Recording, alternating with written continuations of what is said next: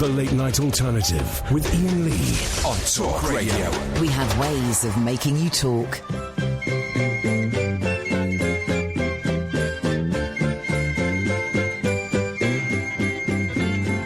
Shirley Wood gulped down her breakfast, shut the fridge and joined the throng. Margaret Beatty snatched the milk and scanned the news and went along.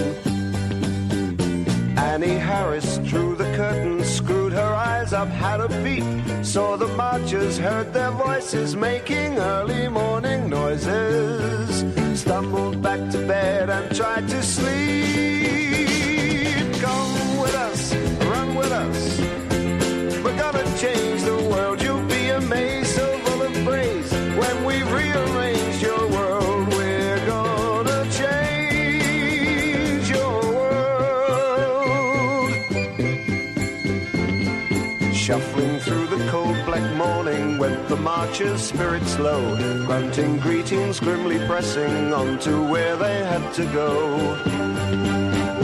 When the sun came up, they brightened, stopped to have their thermos brew. Annie Harris got up gladly, pondered for a little sadly, then got on with what she had to do. So come with us, run with us, we're gonna change the world. You'll be amazed, so full of praise. When we rearrange your world, we're gonna change your world. At their target, numbers swollen, up the marchers' banners go, chanting, shouting out with leaflets, protests for everyone to know.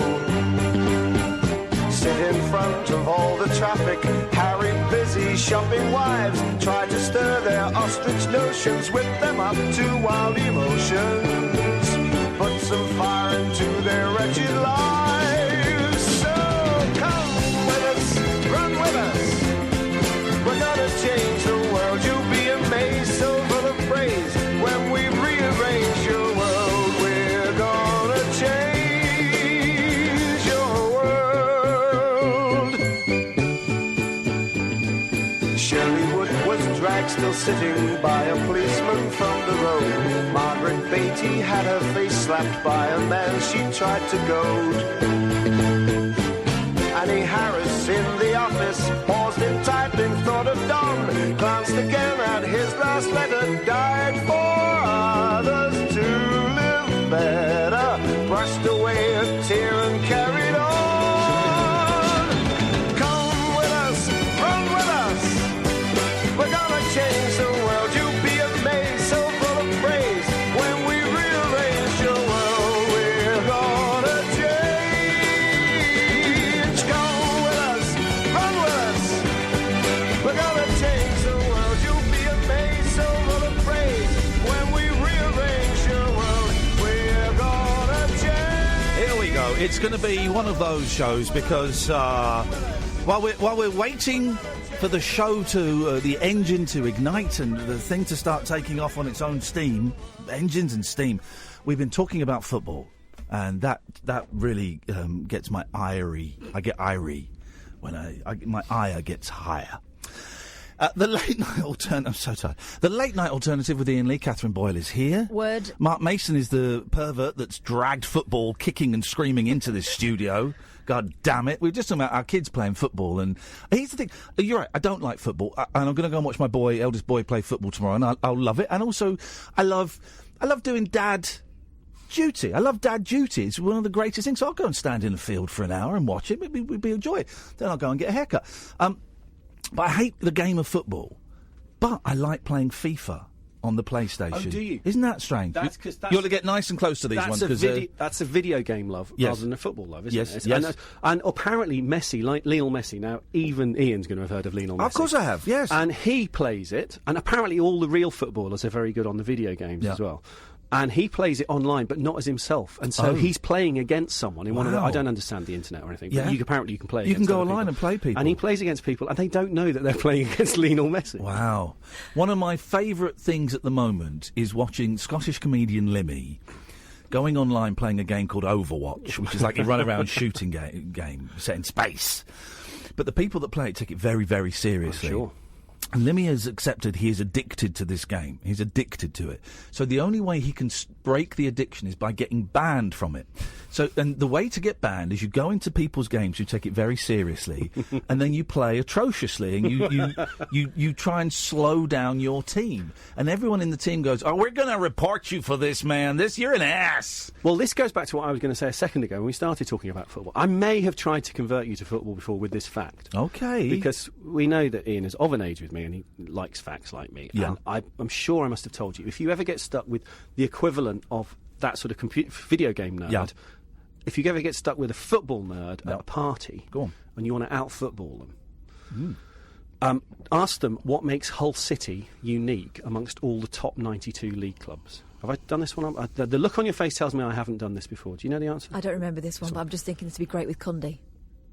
I suspect he's... In fact, I know for a fact that he used... Yes, I know for a fact he knows it. Yes. Oh, does he? Because I've done it before on his show. Hang on, Of the top four... You've been on Jason Cundy's show. Get the hell out of here. I was on Goldstein. It was Goldstein and Cundy. It was Goldstein. Is that allowed? It's 50, I've diluted it by 50% there. Is that okay? If it was longer than yesterday ago, they will have both forgotten. Oh, I'm sure. I don't know. Go on. Top four divisions have 92 teams in. Of all those teams, Hull City is the only... And the beauty is you get a football nerd at a party and they'll go, are they the only ones who won the FA Cup and then were relegated the following it? And I'll go through all that stuff and you tell them, no, they're the only one whose name contains no letters that you can colour in. Wow. Isn't that a lovely fact? We should introduce Mark. He's been on the show before and... we tweet each other occasionally, so some of you know he's a writer, an author, has written, well, it must be about half a dozen books you've done now. Overall, I'm sorry to say it's 21. But I'll ask for 15 of those to be taken into account when you sentence me. I've read half a dozen of your books. I've read the half a dozen good ones. So let's quick recap of the ones that we have talked about before. The postcode book, where you investigated every postcode. Yeah. I think the first one we ever did was Land's End to John O'Groats by local bus. Such a ridiculous but wonderful thing. You did it by bus, not by coach, not by but by actual. The number 391 from Carlisle to whatever the nearest. Yeah. I can't remember any of the numbers now. I bet if you sat down and thought about it, you could. No. I know some facts, Iain, but I have got something of a personality. Okay, good. I'm glad that I cannot remember any of the bus numbers. So there was that, and then I don't think we've ever actually spoken about my London book, which I'm always intrigued by. Three people sitting here now. Yeah. None of us from London originally, but we all have had London figure in our lives heavily. The Walking the Lines. Yeah, that's where we met at BBC London. Yeah, no, was that what we talked about? Yeah. Or was it? Yeah, that was that. I'm sure of it. I was filling in for. They used to get me to fill in for Robert Elms on BBC London. All right, it's notes and queries, and I'm sure that was the book. Yeah, tell us about this book. See what? Yeah, London Underground, love it. I'm sure that was it. I'm sure that was it. Sure. Oh God, this is my memory now. It's just. Go on. What do you think it was? I'm fairly sure that when I did that programme for that book, that was with Robert himself. Incorrect. And then I think that. Yes, no, we did it, the bus book, and then I was telling you about the London book afterwards. Oh, and you said, he's good. Will you send me a copy? So I sent him a copy of that. He's good. And then you can't out-fact the fact man. I want to fact him up, but I just can't. You're absolutely right. Okay, but it's 1-0 to you. Come onto my turf and you've won 1-0. Okay, so that was a book about the London Underground, and you walked... The whole tube system overground. Yeah. It's a great book. Full of such crucial facts as St John's Wood being the only tube station whose name shares no letters. It's always letters and colouring. Yeah. St John's Wood is the only one whose name shares no letters with the word mackerel. Oh. Which I did at a talk a few years ago, and someone there said, at the questions at the end, she put her hand up. She said, I loved the mackerel one. She said, do you know the one about Pimlico? I said, no. She said, Pimlico is the only London Underground station to share no letters with the word badger. And there's just something about the word badger. It always works in talks. I saw a badger running across the road last night. I live in the countryside now. Badger run across the road. And big, aren't they? Friday, literally 2 feet in front of my car, as I'm turning into my street, dark country lane, an owl flew in front of my car. It was incredible. Jimmy, I don't think quite... So you're here to talk about your new book, Mark, the Book of Seconds, right? But I don't think Jimmy, who's tweeted us, quite understands why you're here. OK, go on. He says, sorry, it's football, Iain, but can you ask him who was the last non-league football team to reach the FA Cup final? This isn't challenge Mark on football facts, but... it's going to be back in the 19th century, but... Is it? Yeah. The last team from outside England to win it were Cardiff City in 1923. Okay. Has he given you the answer? No, he's not. Can he tweet us again with the answer? Then? You need to tweet us the answer, please, Jimmy. We need to know what the hell is going on there. Actually, said he. Read. I promise you, I'm not trying to get it round to the book, but I've just remembered that the second, because the book is the book of seconds. Yeah. The second FA Cup final is in there, and it's one of the players in that second FA Cup final. Was famous as the wizard of not the wizard of dribble. That was someone else. He was famous as no. Stanley Matthews was known as the wizard of dribble because he could dribble. Boys are known as the wizard. You'll know this being a massive football fan. He was the prince of dribblers or something like that. And back in those days, the team that had scored kicked off. But they've changed it now. But if you scored a goal, you then kicked off. To restart the game when they put the ball on the centre circle, you kicked off. So he once managed to score a hat trick without the opposition even touching the ball. Because he scored one goal, he kicks off again, dribbles it round all the players, scores another goal, and did the same thing again. So he scored a hat trick without anyone else touching the ball. I've told you my way to make football exciting, haven't I? Go on. Double football. Or two football? No, it's even better than that. Or if we're going to sell it to America, we'll call it Super Soccer. So you have a square football pitch with goals on each side. You've got 4 goals. And you have 4 teams playing. Oh, okay. And you're allowed to score in any of the 3 other goals, okay? That's great. So you've got 4 teams playing, so it's kind of mayhem. And I randomly, for like 3-minute intervals throughout the game, the referee is allowed to put in a second football whenever he feels like This is like Quidditch, basically. Yeah, but isn't that be great? Double football. And I would watch that. I'd love that. The mayhem. Well, you know, for real, when the Americans had the World Cup in 1994, they genuinely were trying to get FIFA to allow the games to be played in quarters rather than halves. For the advertising. To allow more advertising, yeah. Brilliant. Well, the book is the Book of Seconds. Mark Mason. I've tweeted the link already. I'll tweet it again in a bit. Bless you, Iain. So this is... There's always books of firsts. First man who ran the 4-minute mile. First man on the moon. First this, first that. These are all the people that came second and have perhaps been overlooked by history. The people you've never heard of. Right. And we had the idea, my editor and I had the idea, we were sitting there chatting one day, and one of us mentioned Roger Bannister. And I said, well, he was the second guy to run a 4-minute mile. And of course, none of us have ever heard of him. Unless you're listening in Australia, when he became quite successful as an Australian politician. And somebody corrected me very rightly on Twitter the other day. Yeah. But most of us have never heard of John Landy. And it's really unfair because with a lot of these seconds, it's not complete luck, but a lot of it is luck as to which one gets there first. Yeah. He and Roger Bannister are both fantastic athletes, both really knocking up against the 4-minute mark. One of them is going to break it sooner or later. Happens to be Bannister. He did 3:59.6. Yeah. 3 weeks later, John Landy does 3:57 point something. Wow. So he takes 2 seconds off it. That world record stood for 3 years. Bannister stood for 3 weeks. John Landy stood for 3 years. A couple of years later, at a race in Australia, he was running a 1,500 metres race. One of his rivals fell over. Landy doubled back to check that this guy was okay, then started running the race again, caught up the leaders, and won the gold medal. Did he break the world record? Oh, you're just setting the bar. Well, then I'm not interested. I was Roger Bannister's 3:59.6. Yeah. Anyone else suspicious about that? Because that was in the olden days. So they honestly, I heard a thing about Bannister a few months ago. Hand stopwatch and all that. The hand stopwatch. No, I think they had. They used to have more than one person timing. 3:59.6. Yeah, that's very precise. The one that people were suspicious about was the second guy, or the first guy to swim the channel. And he always crops up, quiz questions and all that. He's quite well known. Captain Matthew Webb, 1875. Second guy, Bill Burgess from Rotherham. Yeah. Swims the channel. It takes 36 years and 80 attempts before someone manages to do it. Sorry, cheap joke. Takes 36 years, 80 attempts before someone manages it again. Yeah. When Bill Burgess finally manages it in 1911, and I'll tell you a couple of things about it in a minute, but just to tie it into what I'm saying. Yeah. Captain Matthew Webb's widow, because he died in the meantime, his widow said, I'm so glad someone's done it for a second time, because all these years, 36 years, a lot of people were really suspicious. Said, you cannot swim the channel. Yeah. Matthew Webb must have cheated. And she said, I'm really glad someone's done it again. So that was a case of a second coming along and helping the first. But Bill Burgess from Rotherham, as he swam across the channel, it took 18 hours or whatever it was, 20 drops of champagne per hour he drank. And per hour? Per hour. And, quote, not a drop more. And I love the thought of the bloke in the boat with the pipette measuring out 20 drops of champagne. That's what Bill Burgess drank. He wore goggles. Matthew Webb hadn't worn goggles. Bill Burgess decides he needs to wear goggles. He wears motorcycle goggles, which start to leak and let the salt water in. And he was just, that sort of story, those little details, it's almost Michael Palin ripping yarns. Covered in... If he'd been the first guy, we'd know all about this, but he was the second, you never heard Goose of him. fat? Covered in goose fat?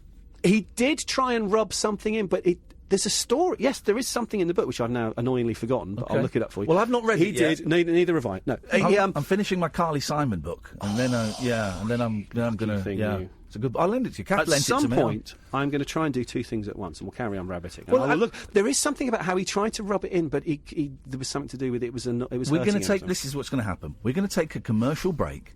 When we come back, we're going to get that story. Jimmy's going to have tweeted me the answer to that question, and we're going to speak to Alan Caddick. This is unprecedented. 0344 499 1000. This is Talk Radio. Across the UK, online and on DAB. The Late Night Alternative with Iain Lee on Talk Radio.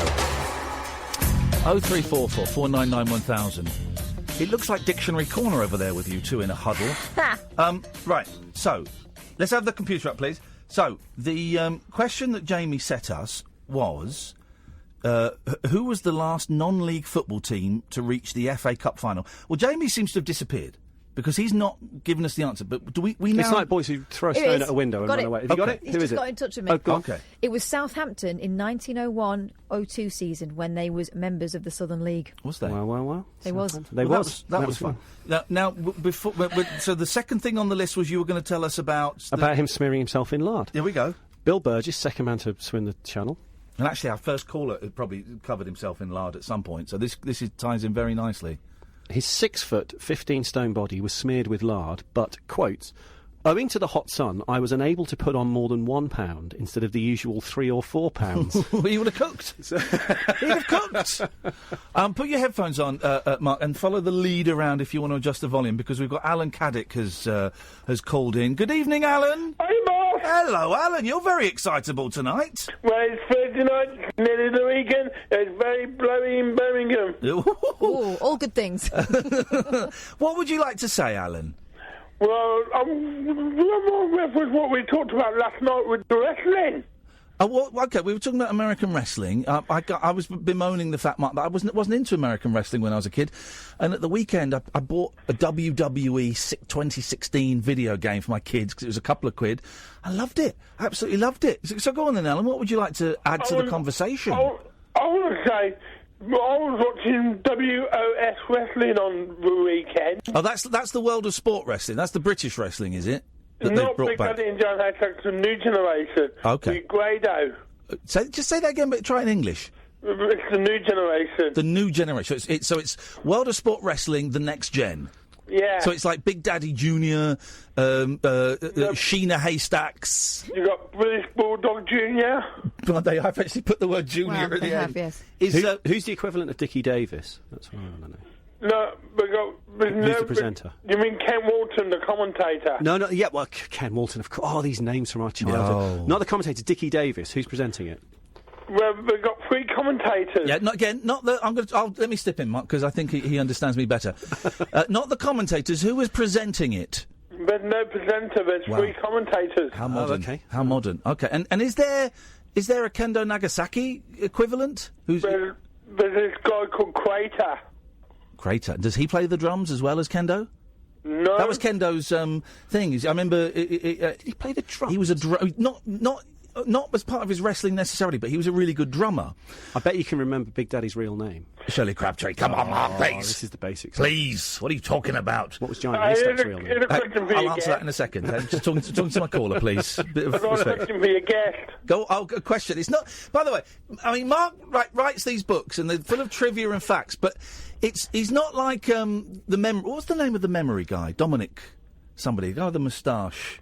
Remember the memory guy? No, I'm mixing it up with the guy in the 39 Steps. No, not Orson Welles. It was a guy that you could show him a deck of cards, and he would remember the deck of cards. Oh, okay, yeah, all right. Yeah. Anyway, so you can ask him, but he might not know. How heavy was John Haystacks?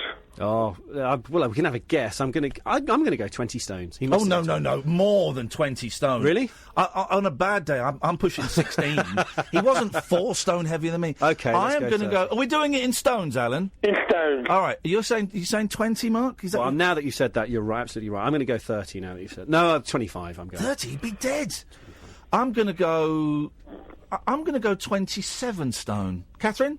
I reckon 23. OK. Well, what's the answer, Alan? 40 stones. Get stuffed. That is not true. Yeah. Can you tell me your sources, please? When he wrestled Big Daddy in 1981, he weighed in at 40 stone. By the way, when I said, can you tell me your sources, you should have said Big Daddy source. Big Daddy killed a man, didn't he, in the ring? He daddy splatted someone. Daddy splat.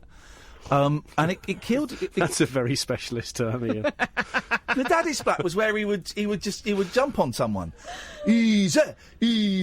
But I think he killed someone. I'm pretty sure of that. That's been written out of the history book. Alan, thanks for your call. Thank you. There we go. We will talk about your book in a minute, but... I was going to say, I wish there was a second wrestler in it that I could drag it back to the book with, but tragically there isn't. Malcolm Kirk. Who? Giant haystack. He's the one that got squished. OK. He died, didn't he? Mm-hmm. Really? Mm-hmm. I like the way Mark always sounds surprised when I get something right. Oh, really? I didn't know that. Right, we've got some questions for you. Do you know who shot JFK? Well, is he a conspiracy theorist? Is that what It was a woman. Sally. Okay. I know who the 2 famous British authors who died on the same day that JFK was shot. Go on. C.S. Lewis and Aldous Huxley. Not that Aldous Huxley was British, but the 2 famous authors, Aldous Huxley, C.S. Lewis, both of them, if they died on any other day, would have been guaranteed pages and pages and pages of coverage. They chose the 22nd of November 1963 to die, the same day as JFK. That's the same thing happened with Michael Jackson and Farrah Fawcett Majors. Of course, yes. Yeah. OK. Well, Michael Jackson would have been 60 the other day, by the way. Yep. Where do we stand with Jackson? You can't listen to Jackson anymore, can you? No, I'm out. Yeah, it's... Thriller's a great album. It's great, and it was the first album I ever bought, but I just can't. It comes on the radio now, I have to switch it off. It is, of course, the best-selling album ever. Do you know what the second best-selling album All right. This actually is in the book, but I'd be really intrigued. Knowing that Ian hasn't read the book, and knowing that he likes his music, and knowing you like your music, I'd be intrigued. Do you know the answer? It's one of 2. Go on. It's either Rumours by Fleetwood Mac, or it's the Eagles' Greatest Hits. Is it Sgt. Pepper? No.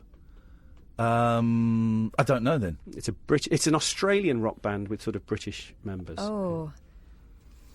Well, the only 2 Australian bands I can think of are In Excess and the Easy Beats, and it ain't neither of them. No. It's not. It wasn't the. And it depends. If anyone wants to tweet about this, obviously record companies claim lots of different things, and you'll see different versions, but most of the authoritative lists say that Thriller has sold about 65 million copies. This album has sold about 50 It's not the million album copies. that had the marriage theme for Jason and Kylie, was it? Angry Anderson. Angry Anderson. It's not Angry Anderson's album, is it? No? Funnily enough, no. What's the answer, Mason? It's Back in Black by AC/DC. Oh, OK. Crikey. There we go. And the bell at the beginning of it that opens Hell's Bells. Yeah. Boom, boom. They wanted to record the bell, and I love the fact that it's Loughborough. Yeah. That Oh, involves wow. it. Loughborough's War Memorial Tower has a bell called the Denison Bell for some reason. Yeah. They wanted to record that bell, so they sent out the mobile recording unit. By definition, you're only going to record that bell when it goes off. Yeah. Every time it went off, the pigeons that were nesting on the tower fluttered away, So you got the thereby fluttering. ruining the recording. Yeah. So they were a rock band in 1980. What did they do?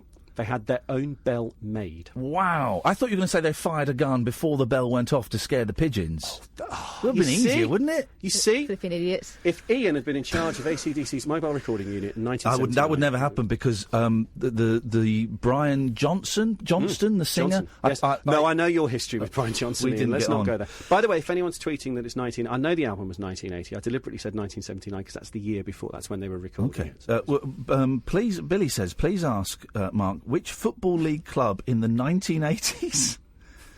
This has got absolutely nothing to do with this book at all, which we will get to. Which Football League club in the 1980s shared the same kit sponsor, Zanussi, as Real Madrid? Again, I don't have the answer. Great question. Just because Mark knows some facts doesn't mean he knows all facts. That's beautiful. I'm going to stall for time by saying that Billy, what does the Real in Real Madrid mean? Well, we're talking to the woman who's lived in Zaragoza, so that she'll know that Real Zaragoza has the same meaning. Yeah. What does it mean? Royal. Okay. Same as real tennis. Everyone thinks that real tennis is the proper version of tennis that existed before lawn tennis. No, it means royal. Penguinland says, wasn't Bannister's mile race specially arranged before Landy's, as they knew Landy was going to break the record? I don't know. I didn't find that in the research. If he's got anything on that, I'd love to hear. Okay. Yes. Let's go on. You've earned your advert now. You've got with 30 minutes of absolute guff. So the book, Mark Mason, The Book of Seconds. The next break, I'm going to tweet the hell out of this. I love your books because I remember when we got Mark on. Yes. To talk about which book was it? He got to, when we were at Three Counties that we got him to. Wasn't it the postcode one? Might have been. Because he sold it to me and he was like, is this guy who writes facts about postcodes? Okay. Kath's kind of face was, are you sure you want to get this guy? I said, no, I've spoken to him before. There was once on Three Counties when it wasn't about the book, it was about one of my... I'd written a piece in a magazine or whatever about something you were talking about, and you happened to see it. Yes. So you got me on, and Iain didn't know. When you put me through... He said, Mark and now talking about this is Mark Mason, and you went... Is this the Mark Mason? Yes, I do remember. That was funny. But your face, stop trying to deflect. When I said we want to get a guy on to talk about a book about postcodes, like, oh man, okay, this is yours. I did my Mank face that drives him nuts. And then it was good, you see, wasn't it? This is the thing. The books are really funny and interesting. There's often a personal journey in the books. Is there one in... There isn't, actually. This is an exception. Okay. Normally they're to travel books, yes, like we said, the tube book is me walking the whole tube system overground. The bus book was Land's End to John O'Groats by local bus. The one I was on last year talking about Question Time, the last book, that was me going around the country going to different quizzes. Yeah. This one, I've sat on my backside and done the lot from home. Oh, good for you. Well, you deserve because, that. well, frankly, one of the entries is for Saturn being the second biggest planet in the solar system. And all due respect to my readers, I'm not going to go to Saturn today. But I did love the fact that I found out that Saturn... Yeah. Nowhere near as big as Jupiter. Jupiter is so much bigger than all the other planets. If you put all the planets... the links to your book while we're talking. If you put all the other planets together, they're still something like only about half the size of Jupiter. That's how much bigger Jupiter is. Second is Saturn, but I love Saturn because it's the only planet that's less dense than water. So if you could find a bath big enough, Saturn would float in it. Whoa! Second biggest planet in the solar system. And also K2. Second tallest mountain. I wasn't going to go and climb K2 for the book, but I loved finding out the reason it's called K2. Yeah, why is it called K2? That range of mountains is called the Karakoram range in the Himalayas.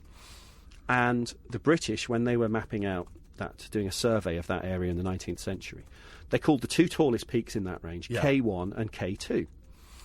K1...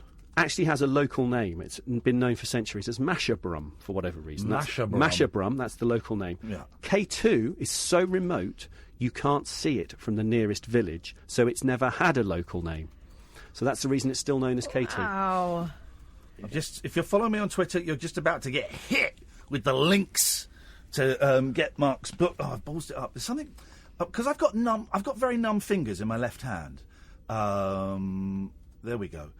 And because this finger and half of this finger, it's a nerve. So these are numb, and it means that when I type, I sometimes miss. I don't hit the keys properly, and it's just an absolute nightmare. So you're going to get hit with the correct tweet this time, guys.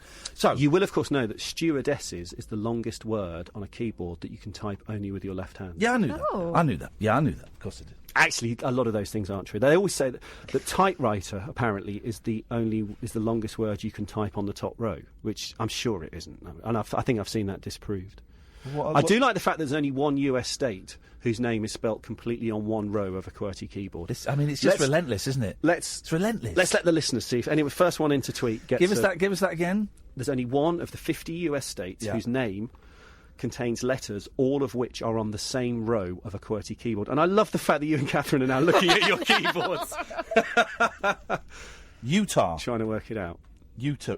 No, what's... No, because... My listeners won't know this. They want to know who... Have a bit of faith, Iain. No, not in those, Luke. They listen to this rubbish. They could be listening to LBC right now in a proper discussion. OK, what was the thing that when you were researching this that you kind of blew your mind the most? Well, I'm sure there's loads of things. There are loads of things. we just said off air that we were congratulating ourselves that we'd got 20 minutes through the programme with neither of us mentioning the Beatles. Yeah. I'm now going to mention the Beatles. I've just opened up on the page about the Beatles. Because there is some stuff on, like, the second Beatles album, and there's a very complicated explanation. Is that the second Beatles album? I've got Max Martin here. Oh, no. Second highest number of Billboard Hot 100 chart-topping singles. After Lennon and McCartney, No, the Beatles also crop up in an entry that I did on the second sentences, because it's really famous. It crops up in quizzes all the time. Yeah. It was a bright, cold day in April and the clocks were striking 13 is famously the first sentence of 1984 by George Orwell. So I thought, what's the second sentence? So I looked it up. And it's about Winston Smith walking into Victory Mansions, which is his block of flats where he lives. Victory Mansions was based on the block of flats that George Orwell used to live in St John's Wood, called Langford Court. If it weren't for the trees on the right-hand side of the Abbey Road cover, you'd be able to see Langford Court. There you go. Langford Court is where the block of flats that George Orwell lived in when he was working in the BBC, living in London, is on the cover of Abbey Road. I mean, technically it's on the cover because it's hidden behind some trees. But if it weren't for those trees, you'd be able to see it. Fantastic, isn't it? Isn't it? The thing is, there's nothing to say to that. But there isn't. No, that's why I make great radio. I kill it, stoned it. No, you don't at all. But I just kind of have to absorb it and go. It's beautiful, wow. And it's those weird things of sort of two things coming together that you wouldn't put together. That's the basis of comedy. Yeah. That's the basis of any sort of a lot of comedy is based on completely incongruous things coming together, and that's why puns are so delightful. Is they put two completely. Or they can be. They put two completely incongruous things together. And it's things like this, people that come into the story. And also the really, really silly little details in really serious stories. One of my favourite ones was a guy called Peter Norman, who was the guy who came second in the final. Just open it on a great page, of the two. Oh, you can do that in a second, I'll do this. Came second in the final of the 200 metres at the 1968 Mexico Olympics. Yeah. And he was a white Australian runner. And the reason you've never heard of him is not just that he came second, but the gold medal was won by a guy called Tommy Smith. The bronze medal was won by a guy called John Carlos. They were the two black American runners who did the black power salute on the podium. Yeah. Peter Norman, white guy who came second, you can understand why he doesn't sort of fit with the narrative. He's, they were the ones that did the salute for a start. He stood there. He didn't do the power salute, but he put on a little badge, a black power badge that someone had given him, and he said, "I really want to help." As they were walking out for the presentation ceremony, he said, "I really want to help you guys." And this is the beautiful little silly bit in the really serious story. Yeah, they meant to the black power salute is you raise your right hand. Yeah, they had a black pair of gloves each, so they could each put on the right hand glove, black glove, give the power salute. John Carlos forgot his pair of gloves. Oh, no. On the way out, they realise they've only got one pair of gloves between them. It was Peter Norman who suggested, he said, well, why don't you just wear one glove each? Yeah. So if you look at it closely, you'll see that John Carlos is actually lifting his left hand, not his right hand. It's one of those famous photos, and I read that, I thought that can't be true. I looked at the photo, absolutely true. You see it with go on that on Google image. Yeah. That's why the reason he's holding the left one. Isn't that funny? The page I just opened it at, Close Encounters of the Second Kind. I mean, come on. So what is that? That's... Because isn't Close Encounters of the Third Kind mistitled? Is that actually a third kind? Well, no, it's based on a real non-fiction book in the early 70s. This American guy, I forget his name now, you can probably see it. Is it Whitley Strieber? No. No, because he's the guy... There's a film based on Whitley Strieber. He was the guy that was abducted by aliens, and... Communion, I think his film was called. Oh, okay. Right. No, this is 1972. J. Allen Hynek, Hynek, was an American astrophysicist, and I think he was quite sceptical himself about UFO sightings, but he decided he wanted to bring some academic rigour to it. Yes. Sorry. Just to investigate it properly. And he came up with 3 classifications for encounters with UFOs. The book was called The UFO Experience, A Scientific Inquiry. He suggested that close encounters, 3 different groups. The first would be sightings less than 500 feet away. The second would be events involving a physical effect, impressions in the ground, a chemical trace, interference in the functioning of some equipment or whatever. Yeah. The third kind would be encounters in which an alien creature was actually present. Right, okay. And Spielberg read that and he thought, that's the thing to make the film about, is the third kind, where they actually do.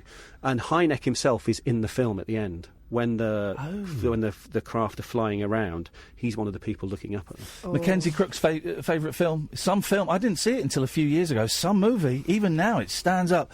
Everyone's shouting Alaska at us. And they're absolutely correct. Katie is saying, and Katie is correct to say this, but it's not the answer to the question, you can make Oklahoma on a QWERTY keyboard. You can do all of the states on a QWERTY keyboard. Yes. You can do all of them. Yeah. Definitely. Yeah. But thank you for letting us know you can... We now know you can definitely do Oklahoma. Also, the Zanussi question. Yeah. Gillingham. Sorry? Gillingham Oh, FC. see, here's the thing. The sports questions are they're dull. They're dull. It's dull people. No disrespect. Respond to them. We've got another 15, 20 minutes with Mark Mason, whose book is The Book of Seconds. 0344 499 1000. This is Talk Radio. The radio show for people who know the best part of the day is the night. The Late Night Alternative with Iain Lee on Talk Radio. We'll get you talking. After 11, we're going to talk to SNARL about the Croydon cat killer. Yeah, I mean, the Met reckon it was a fox all along. I don't believe it's a cover-up. SNARL don't believe that. It's a cover-up. It's a cover-up. There's definitely a pervert going around killing cats. Well, I heard one of the victims' owners on the news earlier on saying, well, unless a fox has got a mallet and a knife, then it's not a fox. I'm not buying that at all. I don't trust, as you know, I don't trust Popo. So... Do you reckon the police have looked and gone, it was a bit hard this? Let's just say it's foxes. No, I shall tell you what I think, seriously. I think it's a copper that's doing it. They know that one of their own is decapitating cats, and it's a cover-up. It's a cover-up, Mark. You should be writing ITV dramas. Thank you. I should be writing ITV News. Mark Mason is here. What are you on Twitter? You're a funny old... At Walk the Lines LDN. Okay. Because actually, I've been thinking of changing. Change it. You can change it. Should I be... I don't know, I should change. Let's not do the business stuff on air. But I've been thinking change it to your name or change it to the new book. Then you have to change it every time you bought a new book out, actually, Yeah. which would be... Okay. You can, of course. What's your can do problem? that, Bit lazy? You can type Oklahoma on a keyboard, you can change your name. Apparently you can type the names of all 50 US states on a QWERTY keyboard. I've just tried it out. I definitely can do Kansas. What, all of it? The book of... That's a terrible... And yet typical. Well, yeah. And deserved, actually. Well deserved. Well. The Book of Seconds, the incredible stories of the ones that didn't quite win. OK, and on the... you very handily. There's pictures on the cover. Very handily, we've got the second female MP to take her seat in the House of Commons, the second £1 million transfer, the second postage stamp issued, the second metro system in the world. That was my favourite one, actually. Within the last couple of hours, I was having a drink with my editor and my agent, and I deliberately asked the guy, because you never get to, as an author, you never get to meet the people who do the covers. Right. And I made a point of, this guy... Do you not have any say in the covers? Oh, yeah, I have a say. Oh, and it's always my editor that emails it to me. Right, What do you think of this? And I go, I like it. And you sort of knock it about between yourselves. But I never actually got to meet the guy who does the covers, and he's done brilliant covers for my last 3 books, which have been with this publisher. So I said, can I meet him? And so Steve came along, and we had a really nice chat. And I said, I promise you, Steve, he's a middle-aged guy like us, so he understood what I was saying, that this is a nerdy thing, but he understood what I was saying. I love the fact that you're the man that found a copy, the picture of a ticket from the Budapest metro. And there it is. It's on the book next to someone, Davey stamp. says... Hi. Now, Davey is either visually impaired or lazy. We don't know, and I don't want to make any judgments. Or has he got numb fingers? Hi, guys. Will there be an audiobook of the Book of Seconds? Well, there have been, a couple of audiobooks of my book. So who knows? Do you know the name of the company that does audiobooks or some of them? It's not the same people that do Porn for the Blind, is it? Which is a real thing. Let's not go there. We've been there. We've been there many times. No, go on. Who does it? It's a company called ISIS. See the good and bad of... I know. It's lovely that my books have been done by ISIS. Wow. Anyway, you asked me a question there, Ian. I've forgotten what it is now. Can you remember what it is? I remember what it was. It was second record on Radio 1. Yes, second record on Radio 1. And of course, Catherine, knowing her trivia, instantly said that the first record on Radio 1 was... Flowers in the Rain. By The Move. Yeah. And you know the story about how The Move never actually made any money from that? No. Because Well, the contrasting fortunes of because the answer to the second one is Massachusetts by the Bee Gees. Was the second record ever played on Radio 1. Wow. And then it's again these bizarre things that if you put it in a novel, no one would believe it. A few weeks after that record came out, and was the second song ever played on Radio 1, it got to number 1 in the UK, and it was the Bee Gees' first number 1 in the UK. The day that it got to number 1, Robin Gibb was involved in the Hither Green train crash, which is one of London's worst ever train crashes, in which 67 people were killed. Wow. Again, if you put that sort of detail in a film, songwriter gets his first, dreamed of having a number 1 single, gets it. He's involved in a massive train crash on the same day. You just wouldn't believe it. All these things that's why I love writing non-fiction now. I used to write novels.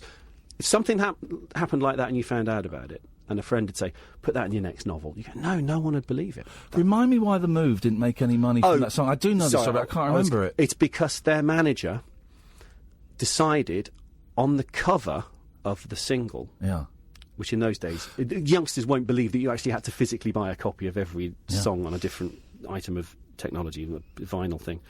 On the cover, he included various slightly libellous images, one of which involved Harold Wilson, the then Prime Minister.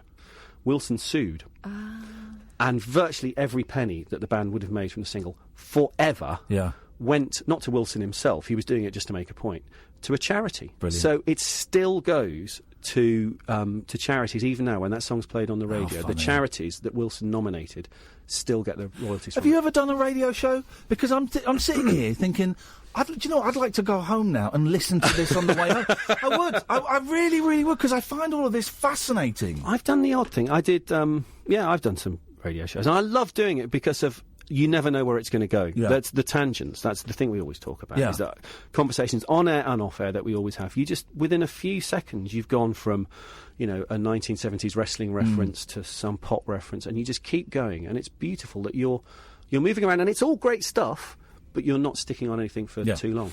Roberto has called in, so if you put your headphones on, let's go Roberto. to Roberto. Good evening, Roberto. Hello, Ian. Hello, Mark. Hello, Roberto. And up yours, Catherine. Whatever. That's what he's saying. Oh, sorry, Kath, didn't realise you were still in. I have just been very quiet. First, I want to say thank you so much for doing this interview. It's really perked me up on a Thursday night. I'm really enjoying it, both sides. I'm glad you're so perky. Really insightful, so thank you very much. I've got a question, Mark, about how I can get your book. I believe you can purchase it on the internet.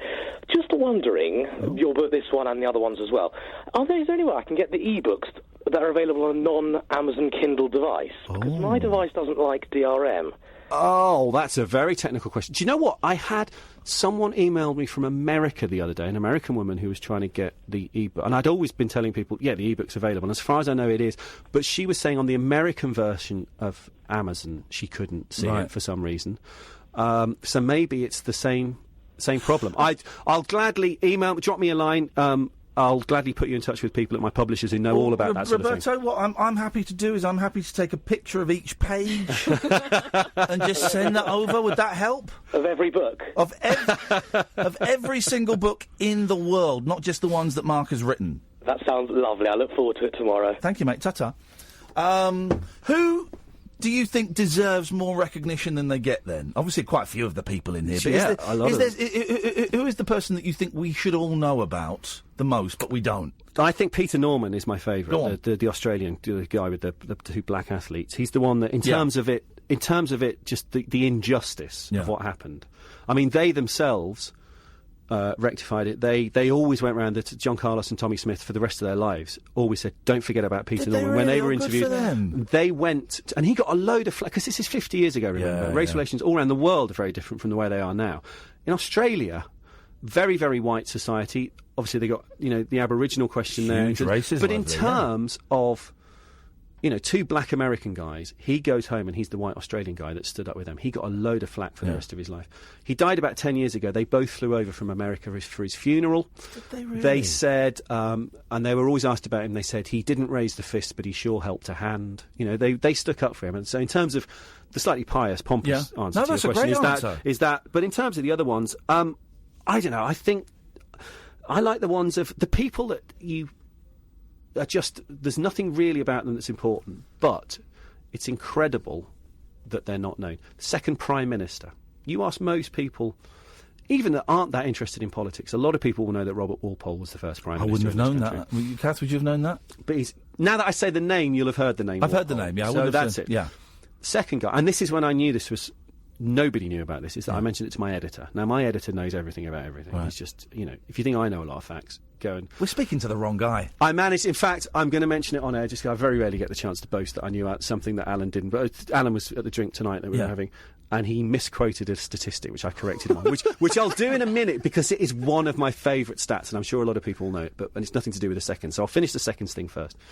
The second Prime Minister.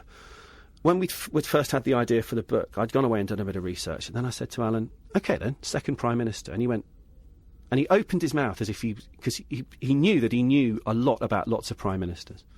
And he opened his mouth, he went, God, I don't know. And I thought, hang on, if Alan doesn't know, then it's a guy called the Earl of Wilmington. Yeah. He was the second Prime Minister. Robert Walpole, as well as being the first Prime Minister, served for 20 years. Wilmington comes along, he's the second one. He did about 18 months before he died. Right. And he didn't really achieve anything.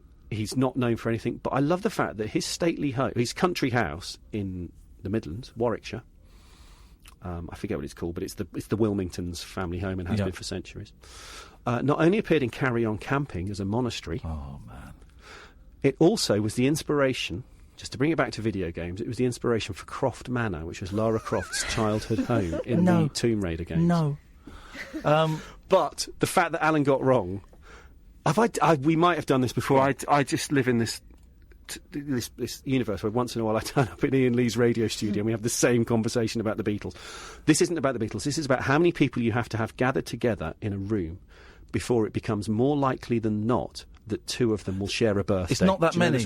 It's not that many. And I think I tried to explain this fact before and you weren't buying it. Isn't it something... It's like 13 or something. I know why you said 13. It's actually 23. 23. There you go. You think of... your instinct is to say, right, there are 366 possible dates if you include a leap year, and so let's halve that. Let's say it's 183. Yeah. It's 23. And the instinctive way to explain it to people is... Let's say I'm the first person in the room. You walk in. Yeah. The odds that you share my birthday are 1 in 366. There we go, yeah. Well, it's slightly less because of the... Anyway, let's say 1 in 365. Catherine walks in next. Catherine has got a 1 in 365 chance of sharing my birthday as well. So you think that now we're up to 2 in 365. Yeah. That's the odds on one of you two sharing my birthday. But don't forget, there is, if you like, the third side of the triangle. There's a chance that you could share each other's birthday. Yeah. So let's say that's 3 sides of a triangle. Fourth person turns up. You've got the 4 sides of the square plus the 2 diagonals in terms of joining everyone else up with everyone else to increase, that's the number of possibilities. My head is about to explode. But once you get to imagine, then, a 23-sided shape, all of whose points are joined to all the other points with diagonals. Think of that as a visual image. There are so many possible connections there. And the way it was proved, just to tie it back to your favourite subject of football yet again, a couple of World Cups ago, being a fan of the beautiful game, Ian, you'll be more than familiar with the fact that the World Cup squad size, the number of players a country is allowed to take to a World Cup, is 21. 23. I've gone close. It's close. Thank you. And so somebody realised, hang on, the birthday paradox, as it's known, is that this is the number of people you have to have gathered together for 2 of them to share a birthday, or for it to become more likely than not that 2 of them will share a birthday. It's 50-point-something% probability. That's also the squad size for the World Cup. They went through the 32 squads in the World Cup, 32 countries, and they found that 16 of them had 2 players who shared a birthday. That's so fantastic. It showed that... We've got a minute or so left. G, very quickly, what have you got? I just got really confused after triangles. OK, well, thanks for your call. Who was the second bass player for the Beach Boys? Oh, now you're onto your area of expertise, Ian. I just wondered if you knew that one, Mason. Who's the second bass player for the Beach Boys? Who was it? Glenn Campbell. Oh, you got one. Oh, that's beautiful. When Brian Wilson had a little breakdown and said, I can't do it no more, they got Glenn Campbell in to fill in for 6 months on tour. Oh, now we're going to get onto all the records that Rick Wakeman played on. I didn't know until the other day. Is this true? He played Broken. By Cat Stevens, yeah. Apparently he's on There's No One Quite Like Grandma by the St Winifred School Choir, which I never knew. He's on the Lou Reed's... He's on Perfect Day, I think, isn't he? Is that him? That's him. Is it? He's on... You know the story about him being on the beginning of Get It On by T-Rex? Yeah. About Rick Wakeman paying him £8. If you listen to the beginning of Get It On by T-Rex, it's the guitar starts it. And then as the band come in, there's just this glissando on the piano. The piano goes Gee from all the high notes down to the low notes.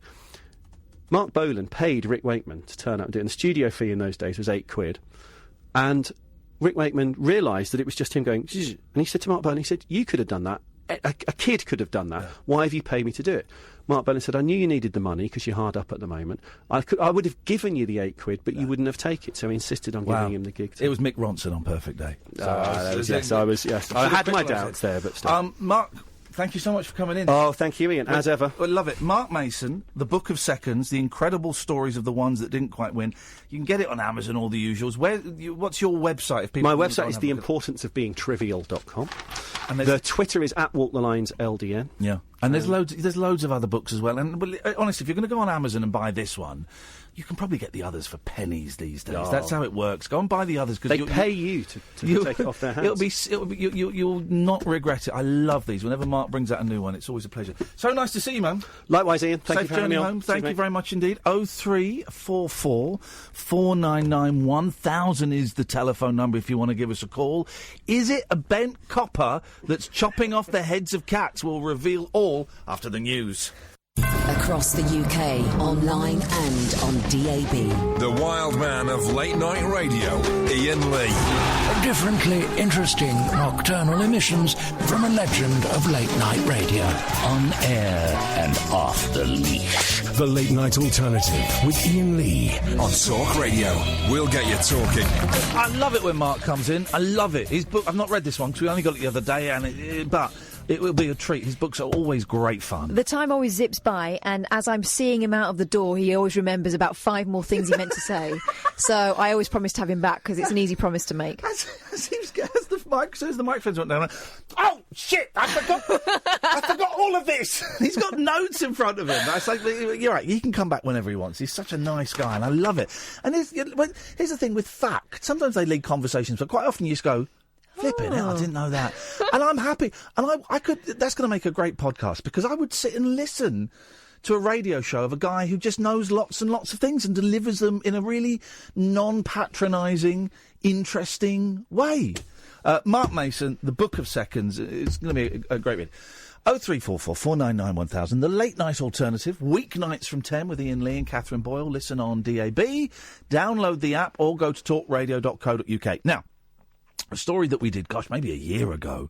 The Croydon cat killer. Yes. And then it transpired that it was happening more frequently. And all over the country. And all over the place. And we did a little update a couple of months ago, in fact. I think it was longer than a couple of months ago. No, while you were away, I did one.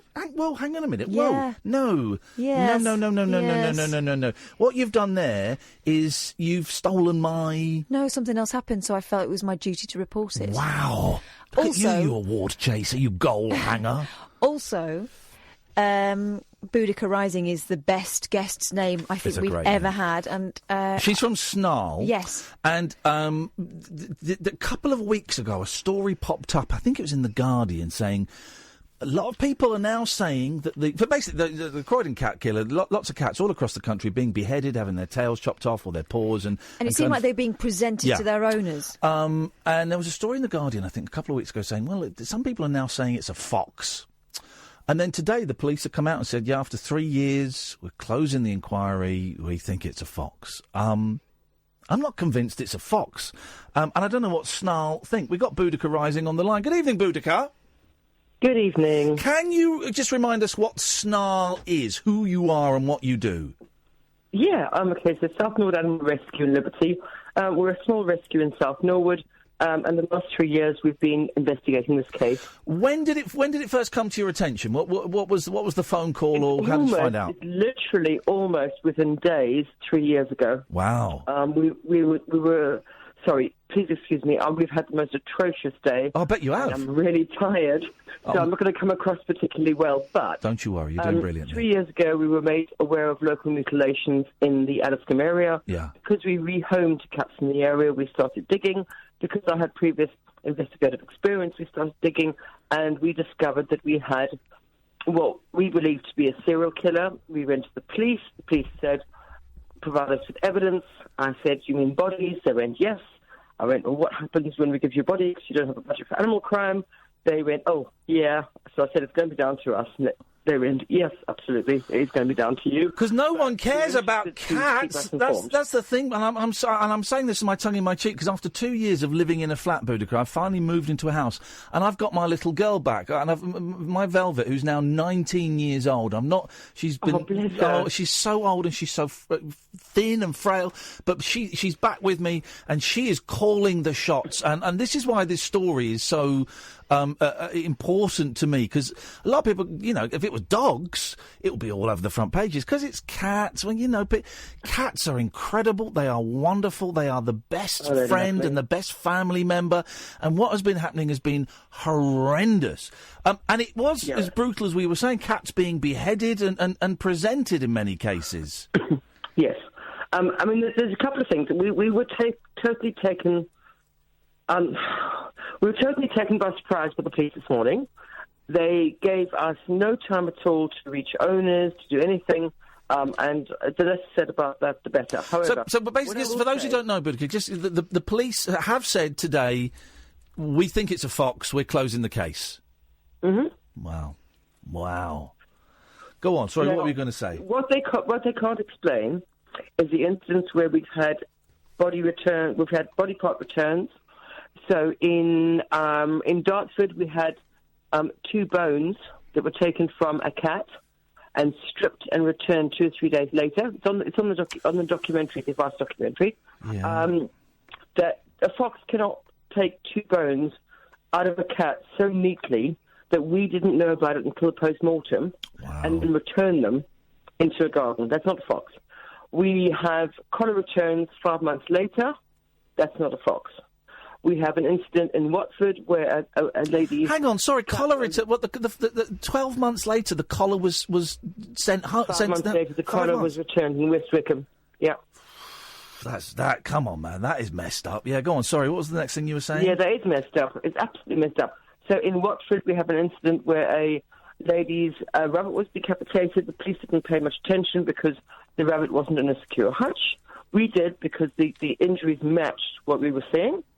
And 5 months later, the rabbit's head appeared perfectly pristine, as if it just happened in the middle of the garden. We've got an incident in St Leonards-on-Sea where a rabbit was decapitated and the front paws removed. The body was left basically on the beginning part of that garden. Beautiful house, beautiful garden, and it had this lawn at the start. Yeah. The rabbit liver was left on a raised stone next to the shed. The next night, the cat flap was kicked open and the rabbit's collar was placed where the liver was. That is not a fox. So So how are the police dismissing that evidence then, or have they just not? They just don't talk about it. They could not give us an answer. I wasn't at the meeting this morning. Tony went in. I had to go to work. But they basically are what they've done is they've got a new forensic pathologist who's found bite marks and who's found fox saliva on some of the bodies. We know this. Foxes move bodies. Forgive me for this graphic detail, but if a cat is left out overnight, of course a fox is going to move a body. Of course it's going to pick it up. Yeah. So of course you're going to have fox saliva on that cat or on that rabbit or even on that fox. But what they can't explain is the behavioural aspects that we picked up. So how did you find? Because am I right, Boudica? There was an article in The Guardian, wasn't there, a couple of weeks ago that was kind of hinting that some people were suggesting it was a fox doing this. Yeah. Now Stephen Harris is a discredited kind of what do you call it? He's a fox behaviourist. Right. And actually, in the meeting this morning, the police said that they had not taken his findings into consideration because he could offer no evidence despite his assertions, and he had no photos, he had no forensic evidence, and he had no statements. So they haven't taken that into account. What they have done is got a forensic pathologist to look at the bodies and go. So basically, we've got one forensic pathologist who originally said this is human related. We now have another one saying because there's fox DNA on some of the bodies, it's fox related. So there's been an article in the Welwyn Garden City, I think it's Welwyn Garden City Times today from an owner who's actually disclosed one of the signature injuries we've been keeping secret, and she was told by police not to release it because it was a signature injury. Can we ask what the signature injury was? Yeah, it was a round flap of skin that was cut off the tummy. There are a range of signature injuries that are were included in the case that we looked for. Yeah. So we don't. I mean, we have literally over the last 3 years we've seen thousands and thousands of bodies. Yeah. Oh man, that's probably 2,000. I'd say. Oh, I'm sorry. I'm so sorry. We have discounted 1,500 of those. We do keep count. Yeah. As being either fox predation or RTA related or another cause, another type of animal cruelty. We don't just come along with a decapitated cat and go, yeah, that's related. We're really strict about what we include and what we don't include. Yeah? And one of the signature injuries, and I'm going to talk about it now because it's out there in the public. Yeah, go on, thank you. Is a particular, it's a square or circle cut out of the victims. Cut out of them? It's a flap of skin. Basically, it just makes a skin incision on some of the victims, and it's either a square or circle. So that sounds like if it is a human, like it's a nice little trophy that they're taking home with them. It's not. A car can't replicate that. There's no way that foxes are taking the heads off cats in exactly the same way, exactly the same. It's exactly. There's something missing from each. But we've been able to. Sorry, I am tired. God, I'm reveling. But when we've got a body and we find a head, there is the same body part missing from each of those animals. Now, you cannot tell me that foxes take the same small trophy from each animal. It's a non-edible trophy. You say you've had a lousy day, Boudica. What has your day been like? And we will let you go to bed in a bit, and thank you so much for staying up late. What has your day been like? It's been absolutely appalling because the police didn't contact any of the victims. They basically released their press statement while Tony was still in the meeting, and I only heard about it because the Sun called me and said, oh, it's the Met basically saying it's foxes. So we were completely blindsided, and I've been told I'm not allowed to criticise the Met, but actually I'm going to because I've had enough. You're allowed to criticise the Met, of course you are. Yeah. In the early days, I cannot underestimate the effort that the original team put in. Yeah. I cannot underestimate the really good working relationship we had with them. They were fantastic. The new team have basically been working. Well, it just appears to me, and I'm just a member of the public, so just hands up, I'm a member of the public. But it appears to me they spend more time trying to disprove this than they have been trying to find the offender, and that for me is the biggest betrayal. Oh, man alive. So what happens now? So the police are now wipe their hands of it. What do you, Boudica and SNARL, what do you do? There's too much for us. If we honestly thought this was foxes, we'd go, you know what, guys, we've had a meeting with the police and it's foxes. I would like my life back. I would love my life back. I had a wonderful life before this all started. Yeah. I would love to go back to that, but we can't. And we've been told we're not allowed to criticise the police. We've been told that we need to be calm and sedate about this. But actually, I think we shouldn't be. Who's told you can't criticise the police? Don't go there. I think the Met have made a mistake. Yeah. I think that they have shut the investigation down prematurely. Absolutely, we think their findings should be taken into consideration. But there are too many behavioural aspects around this. Foxes don't leave livers on raised stones behind sheds. They don't. And, it's not like we've got... If we had a set of incidents that were in a particular area that didn't match the rest, and we could say, yeah, that's one offender and the rest is foxes, that would be fine. But when we've got the same injuries and the same animals across a swathe of the southeast, and we've got behavioural aspects on some of those, it's very hard not to say, well, if it walks like a duck, looks like a duck, and quacks like a duck, it's a duck. So, yeah, we're going to continue. Good. We'll continue until we're told not to. But no, being serious, we can't stop now. We know that there's trolls out there who go all up for, I don't know, fame and fortune or whatever it is. But at the end of the day, there are families out there who are grieving. There are answers that are not being given. And foxes do not remove livers from animals. They don't replace collars 12 months later. And even if we've got it wrong on some of the cases, we certainly haven't got it wrong on some of the others. Boudica, listen, I'm so thrilled I've got my little girl back, and I would be beyond devastated if something like that happened. Oh, no, she is my little girl. And so I'm really 19 years old. How lovely. Oh, and I've got a feeling she's going to be around for quite a bit longer because she is in perfect condition, my darling little baby. But Boudica, listen. So I'm really grateful for the work that you're doing. Keep on keeping on, and if we can help, if this show can help in any way, you've got Kath's details, you've got our details. Get in touch, and Thank you. I really appreciate that. We appreciate the work that you're doing, Boudica. So thank you very much. Thank you. Thanks a lot. Go and get some rest now. Go and get some rest. Good night, Boudica. Boudica Rising. Go and say goodbye to Boudica from SNARL. Honestly, she's gone. It's fine. Honestly, Catherine, because exactly. Good for her. You know how much I've had my cat for 17 years. The last 2 years she's been living at home in Windsor because I couldn't have her in the flat I was in, and I'd get to see her, but she wasn't particularly happy because the dog was there, and and the change in her now that she's moved into the house with me. That was the thing I was most excited about, getting that house. I've only known her for a few weeks, and I can completely see the attraction. She's adorable. She's great. You call her Tina Turner. Well, it's just the way she walks. I think that's unfair. She's an old lady. She stomps around the house. She's kind of got her legs are quite bandy.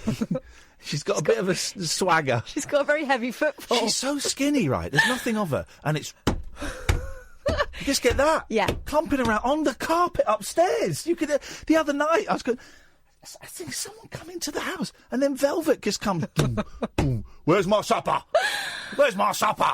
I love cats. Cats are so much more fun than dogs. It's like having a lodger. It's like someone that kind of comes in and watches a film with you, and then they just go off and do their own adventures, then they come back when it's tea time, and then they go off, then they come and sleep under the bed. Also, they don't stand on politeness. When they're fed up, you know about it, they've gone. Oh, and by the way, lodgers, when I had a lodger, he didn't sleep under the bed. That would have been weird.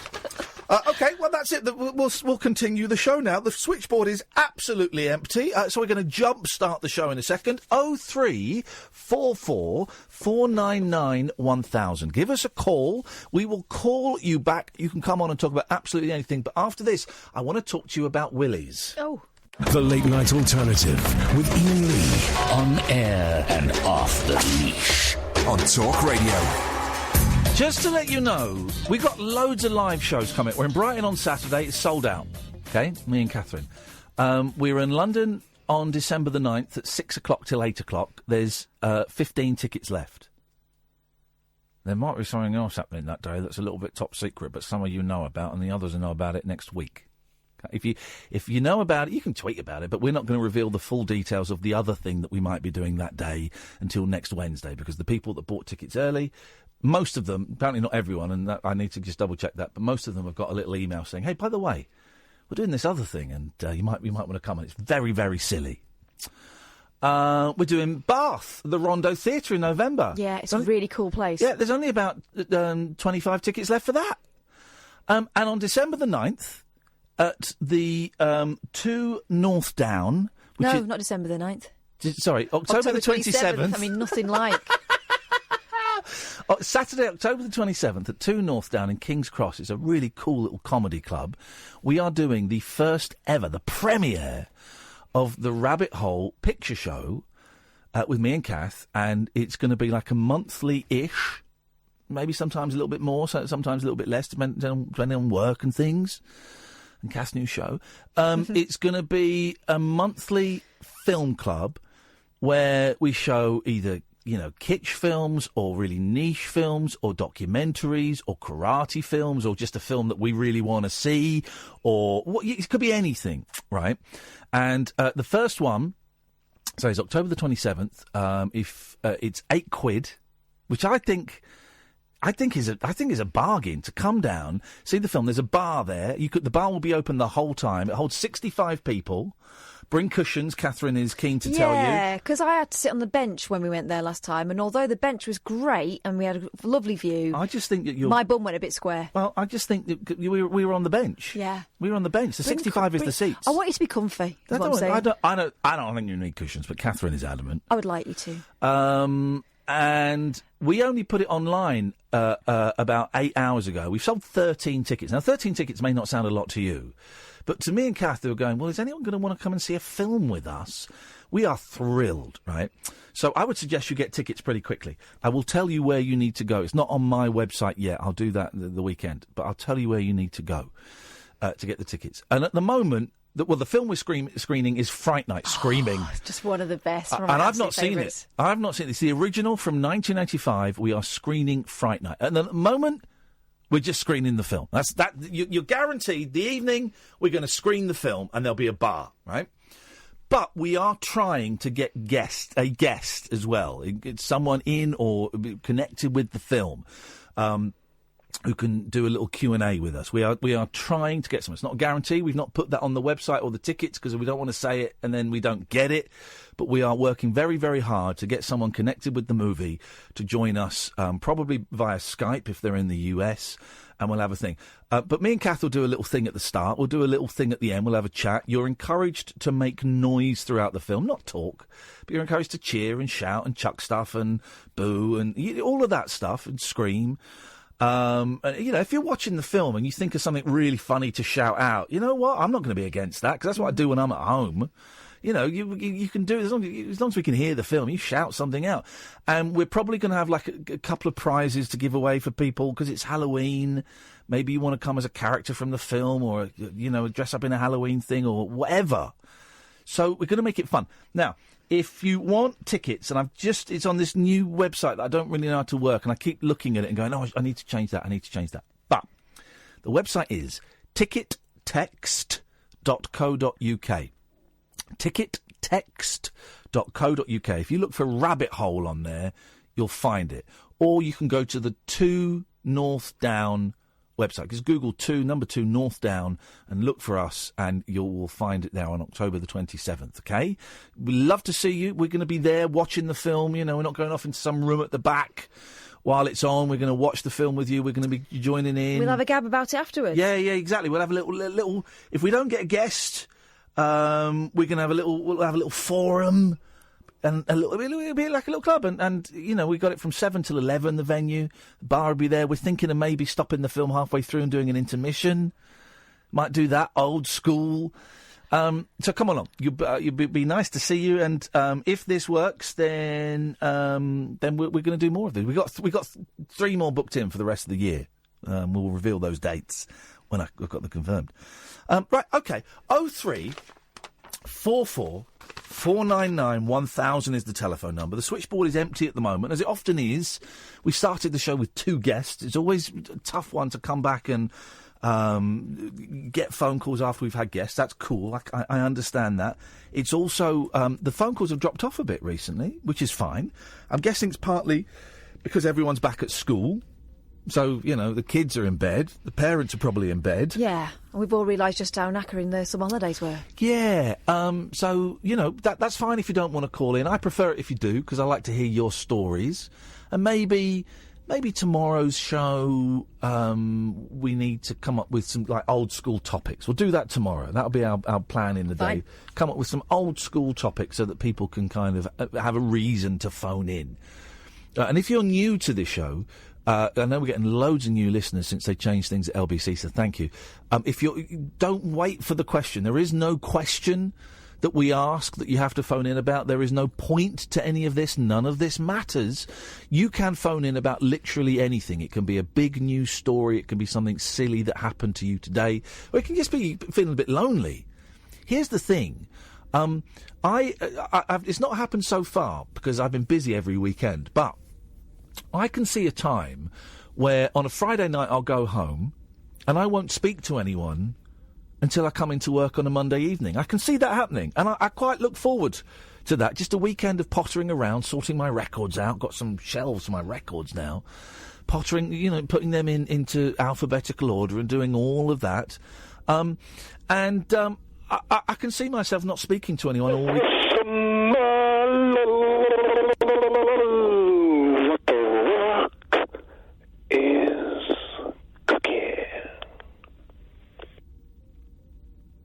Okay. And I quite look forward to that. But some people don't speak to anyone ever, all day or in the week. And so if you're feeling a little bit lonely and you want to phone up and have a chat, you'd be very, very welcome to. 0344 499 1000 is the telephone number. Someone sent me this the other day, and I've had this open on my computer for ages. And I keep forgetting to look at it, so I'm going to do this story and then close it. FBI seizes over 3,000 penises during raid at morgue employee's home. Whoa. Seizes or seize? They seizes. Right, okay. Different scenario. Sorry? Well, you could see them, but you're seizing them. It suggests that they are... seizes. FBI... dismembered. Seizes. Let me just get the appropriate sound effect for this, because this is... I'm taking this story seriously. Please don't think I'm not taking this story seriously. Oh, my... No. Inappropriate? Yeah. Yeah? Yeah. Shall I stop it? Yeah. When? Now! OK. No need to snap. Oh, like these did. FBI agents made an astonishing discovery this morning while executing a search warrant at the residence of a Houston mortician. 3,178 embalmed penises. That's about half of your collection, Kath. What? Oh, now that is... that's tribunal. That is horny. That's exhibit 258,000. That's so horny. By the way, we've got... I popped round to Cass the other day and I rang the doorbell. Have you heard her doorbell? No, stop it. This isn't a propes. This isn't a propes, man. I'm definitely reporting you to the correct authorities. Perv Patrol. The Federal Bureau of Investigazione suspected 54-year-old Dave Murray, an employee of the Harris County Morgue, of being implicated in an organ trafficking network. Oh, my God. The OTN. So he's flogging knobs. Investigating several reports of missing organs and body parts, dozens of agents raided his residence, hoping to find evidence of his involvement in the crimes. What they found on the site was a lot more disturbing than what they expected, as the FBI spokesman Andy Ramirez described the scene in an interview with WNTV4. There were shelves everywhere, filled with hundreds of glass jars. Each of them contained a penis floating in formalin. According to Agent Ramirez, the accused rapidly confessed everything as soon as he was arrested. He explained in great detail how he'd been cutting off dead men's genital organs and collecting them for more than 10 years. It took the FBI more than 7 hours to gather all the organs and other pieces of evidence that were found on the site. A total of 53 criminal charges have been filed against Mr. Murray, and hundreds more could be filed. An anonymous FBI source said that the number of charges could reach over 3,000. Oh, God. No. That's the end of that story. But then it goes, you like that, you might like this. You weirdo. Gosh. Can we go... What would you grade that on 1 to 10? As 1 being OK and 10 being just, whoa. That was 11. OK. Can we go 13? I mean, give me a keyword. I'll give you the headline. Nevada. Morgue employee arrested...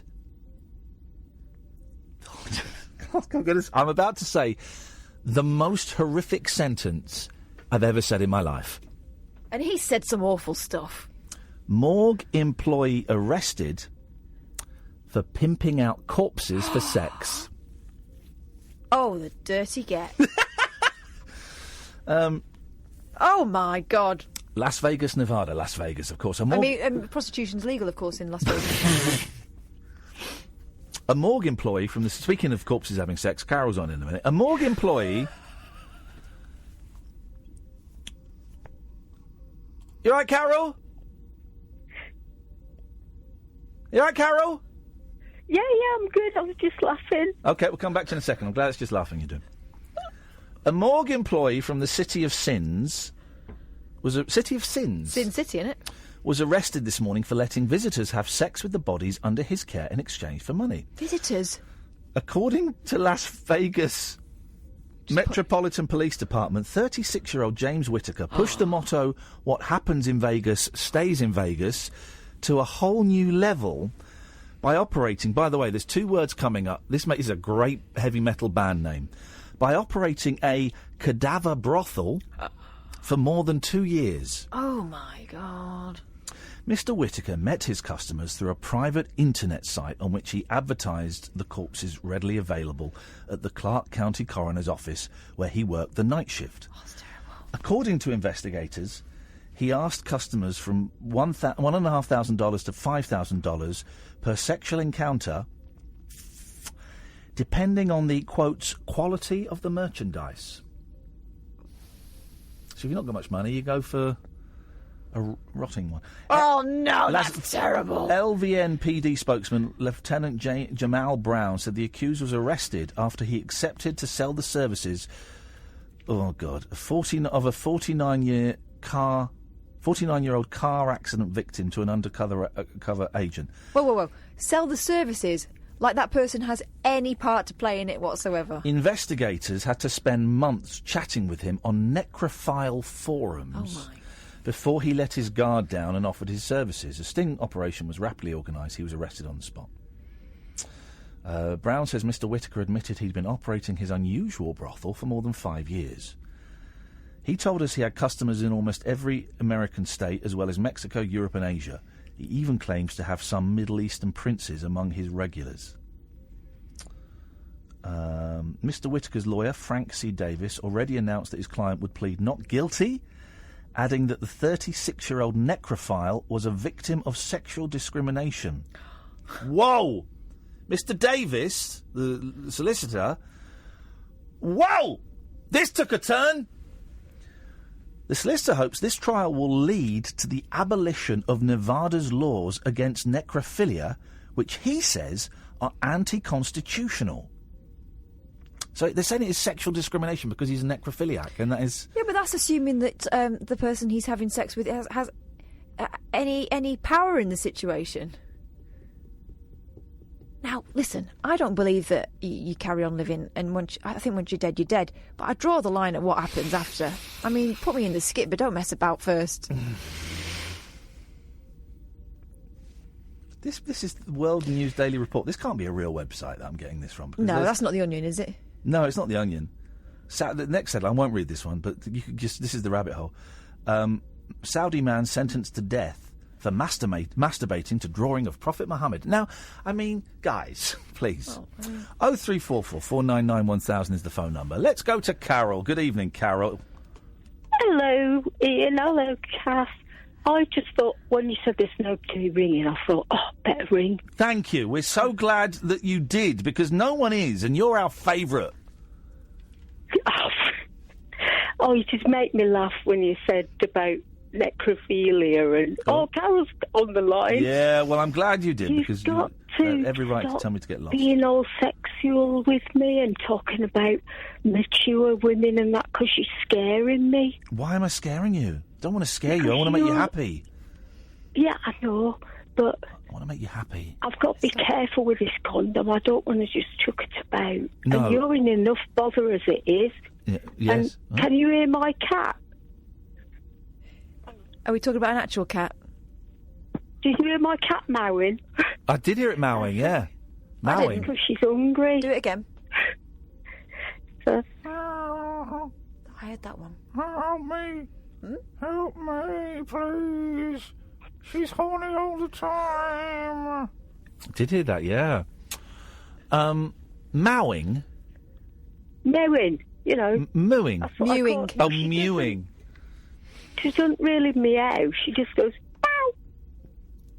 How does she go? Like that. Meow. Okay. Meow. Can't get a word in, that's why. Have you ever seen Simon's cat? Simon's cat? Who's Simon? Yeah. It's a website. It's all cartoons about how cats can upset if things happening. It's just hilarious. Oh, okay. If you're a cat lover and a cat servant, yes, which you are, yeah, of course, you'll love Simon's cat. It's just cartoons and little excerpts of cartoons. It only lasts a few seconds. Catherine, hey, Carol, I used to know a Cockney cat. Did you? Yeah, I used to go, all right. What? Yeah, it sounded exactly like the person that owned it. Wow. I used to go and she'd go, all right.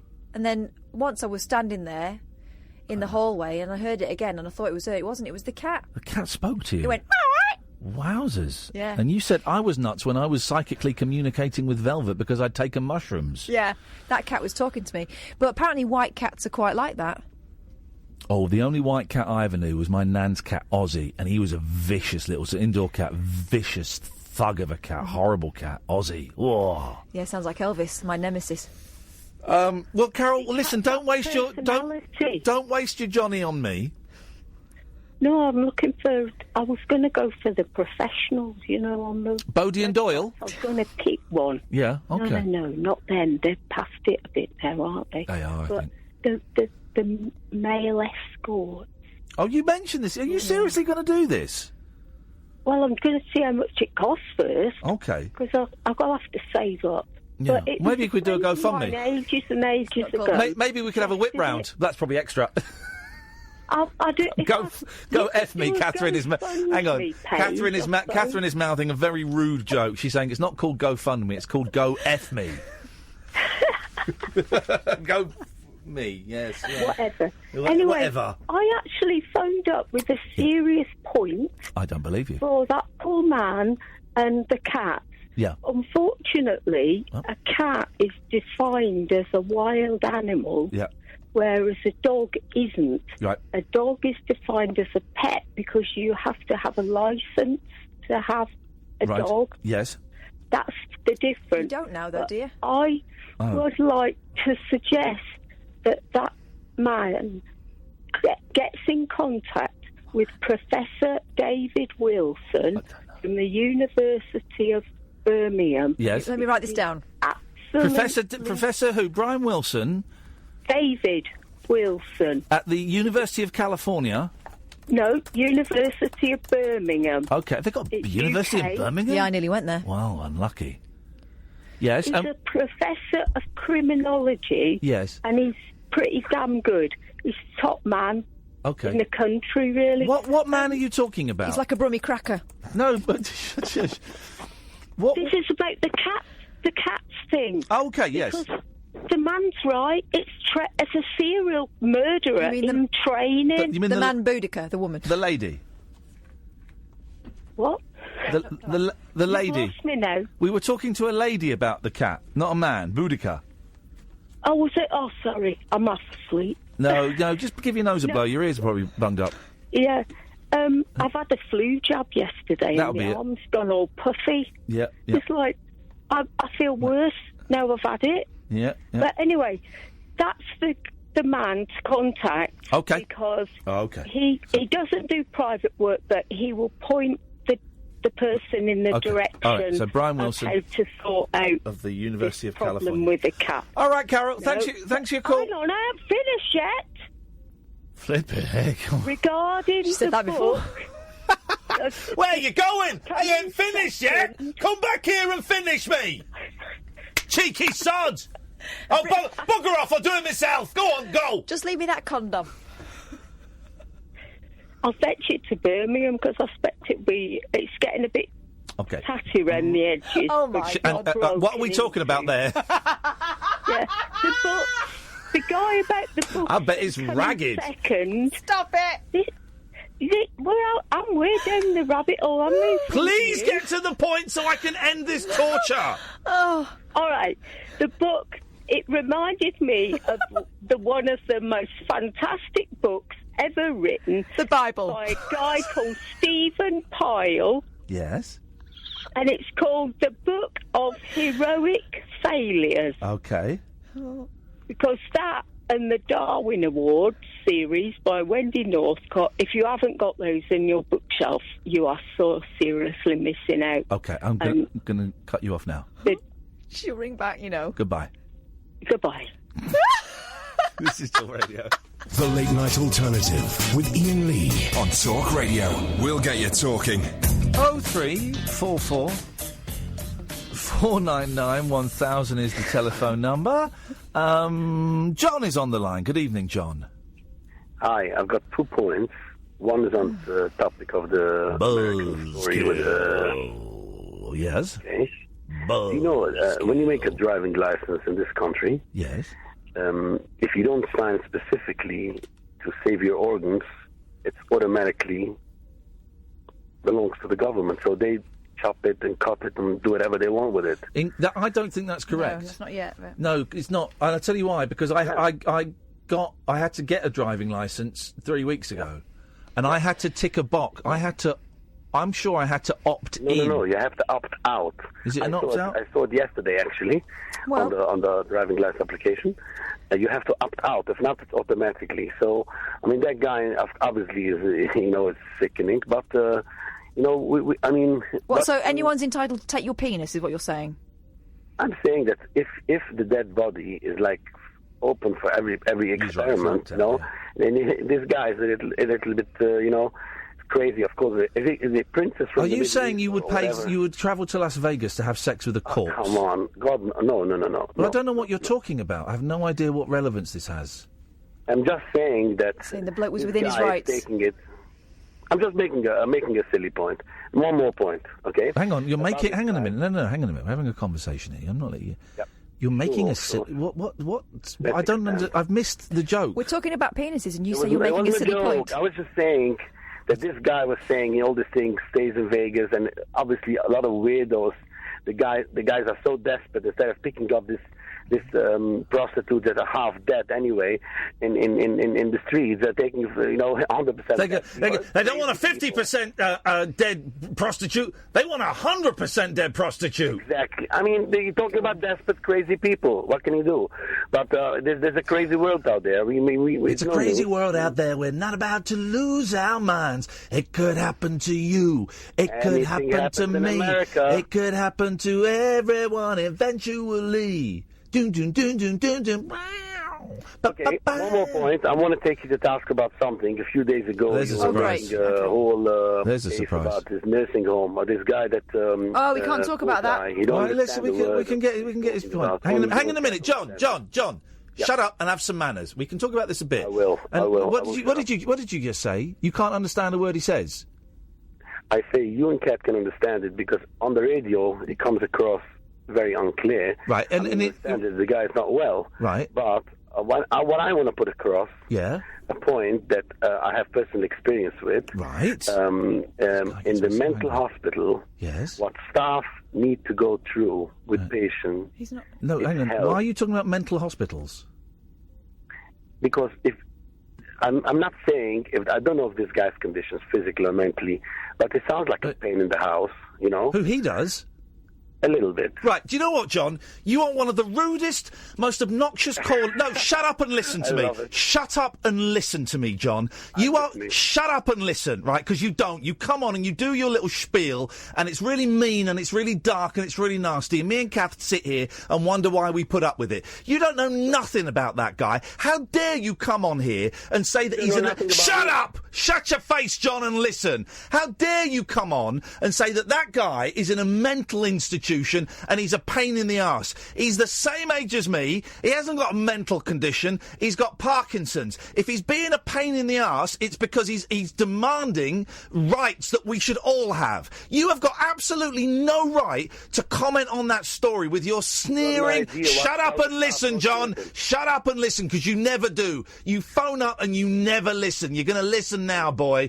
You phone up with your sneering, condescending, holier-than-thou, superior attitude, and you, sir, are a nasty piece of work. You're a horrible caller. You're the worst caller that we get. You are rude. You are arrogant, and you are a tenth. You are a 50th the human being that Jerry is. Right? So just get lost. Take your bile. Take your filth. Take your bigoted views, and go and phone up LBC. Goodbye, John. You're an idiot.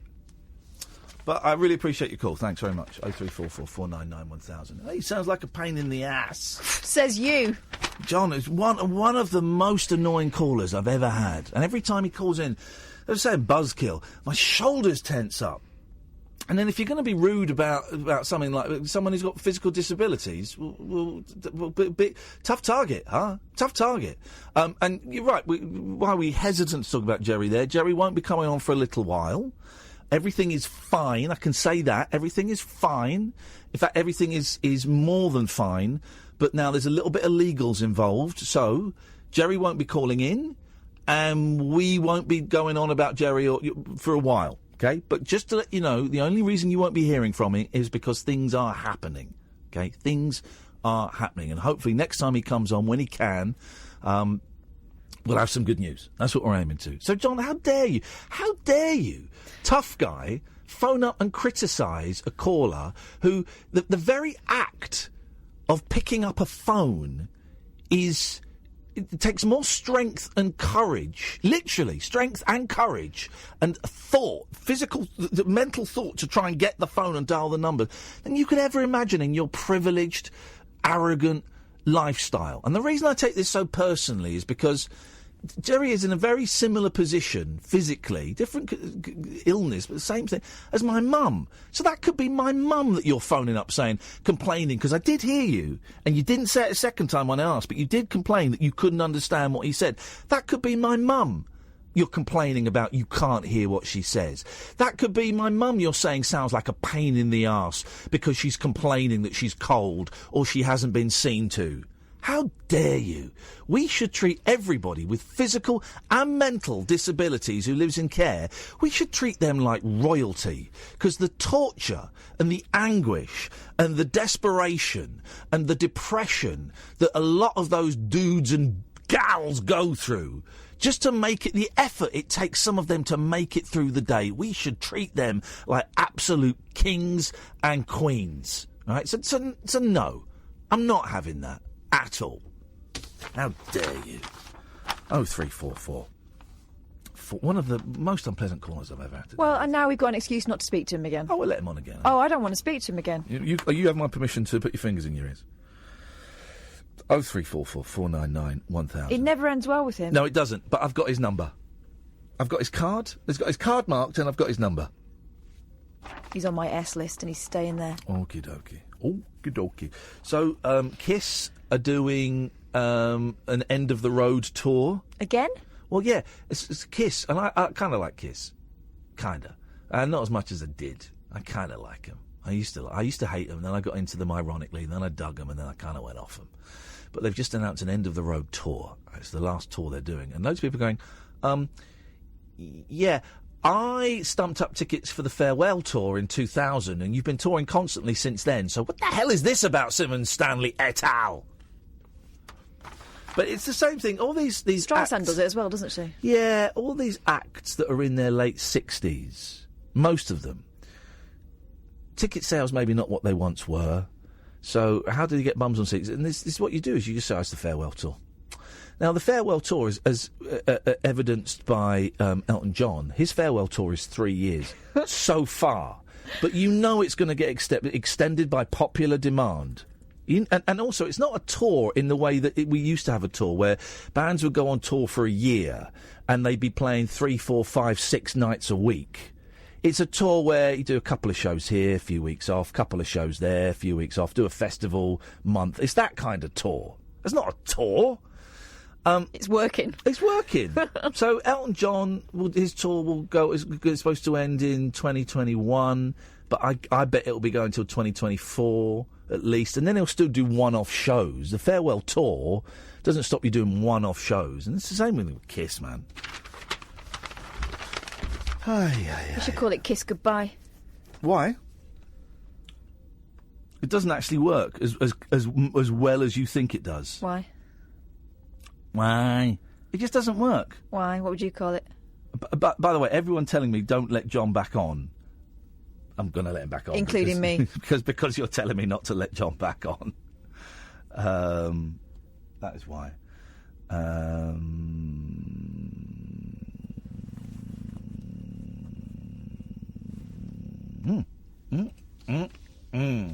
Looking forward to the new Stan and Ollie film. What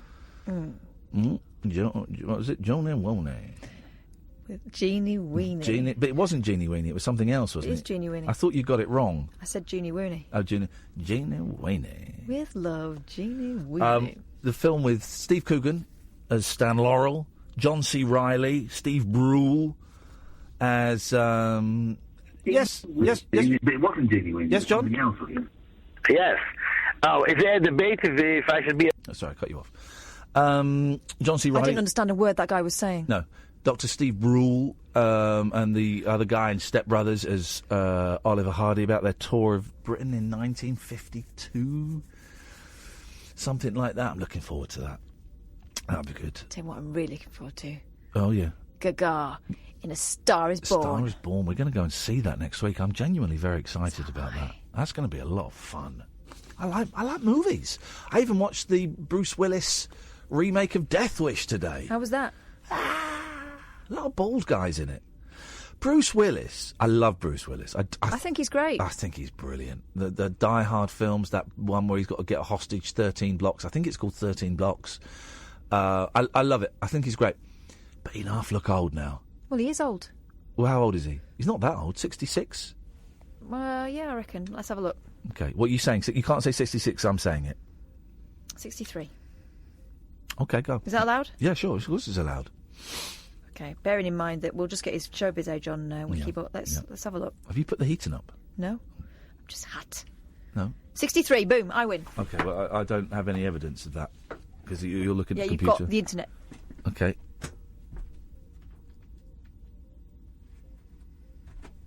You happy now? You comfortable? You moaned about temperature, so I went to adjust. Don't take out your ag on me. Your rag? Ag. You said your rag. That is disgusting. You're going to lose your new show before it's even started.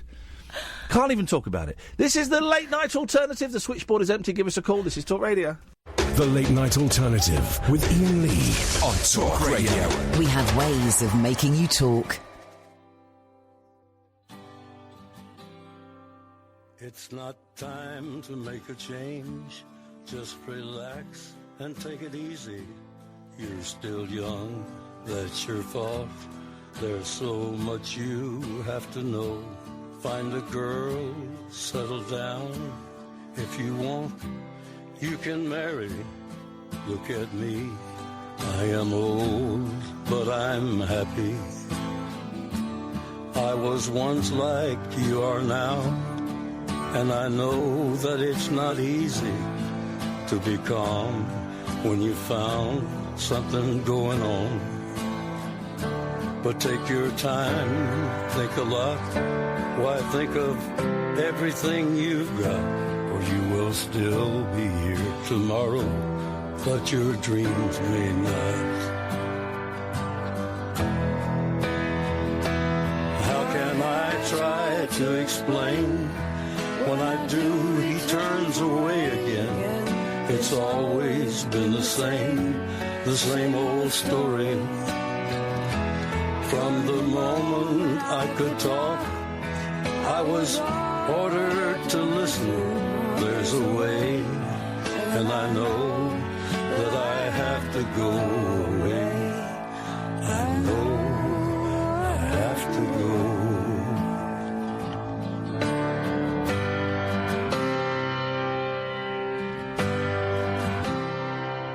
It's not time to make a change.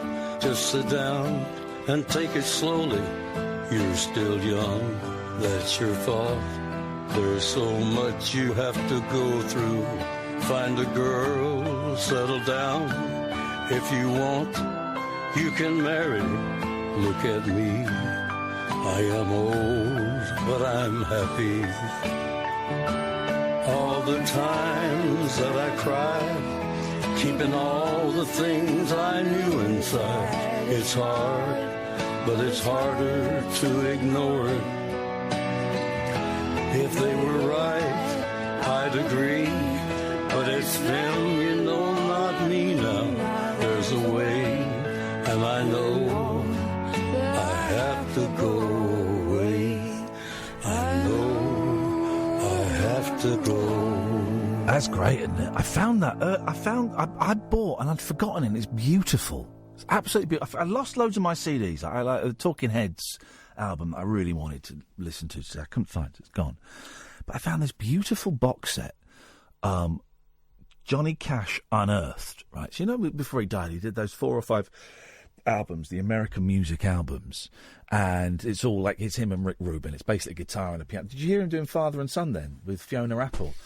So I found this box set that I bought, and you can't get it now. Costs a fortune, of outtakes from those sessions. And he recorded hundreds of songs. So there's him doing Father and Son with Fiona Apple, and it's stunning, man. Is that from the same album where he did Hurt? It's from the same sessions, but it never came out. I'll show you the box set. It's an absolutely stunning box set, cash unearthed, and it costs a fortune. He did this, and I remember years ago I interviewed. He did a song with Glenn Campbell, and I interviewed Glenn Campbell. I said, "You did a song with Johnny Cash?" He went, "Nope." I said, "Yeah, you did for the American session." "Nope, didn't do it." And that was obviously the beginning of his decline, because he did. Listen, I won't play it all, but listen to this. This is stuff that never got released except in this box set. It's absolutely. Listen to these two dudes. Here we go.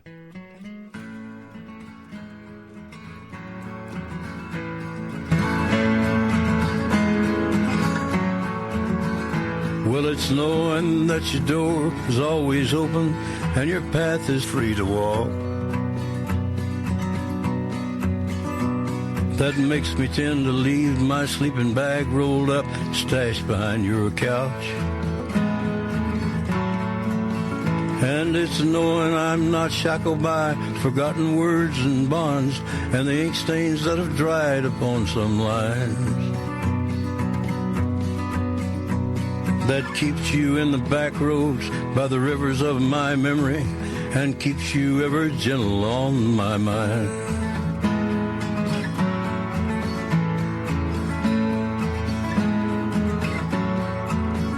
It's not clinging to the rocks and ivy planted on. Great. I love him so much. It's great.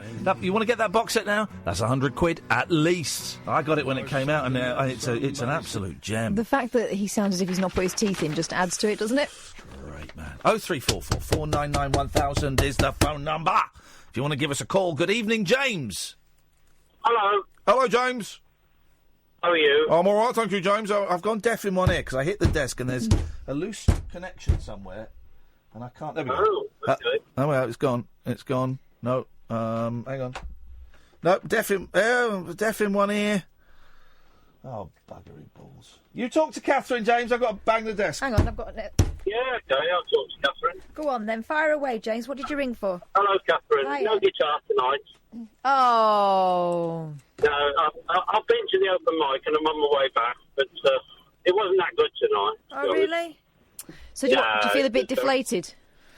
Yeah, but, you know... Rubbish, that, isn't it? Yeah, it was a bit depressing, to be honest. They're all plugged in, aren't they? Yeah, that's the thing. But I was interested to find out what happened to that guy called Manny that Iain was talking to. Hang on a sec. Iain, fine. Oh, okay. Oh. Sorry, guys. Literally can't hear anything now. He could be effing and jeffing, and neither of us have got headphones in. He's not. Oh. Hello. No, it's still... There we go. I'm good. Right. What? Were you asking about Manny, James?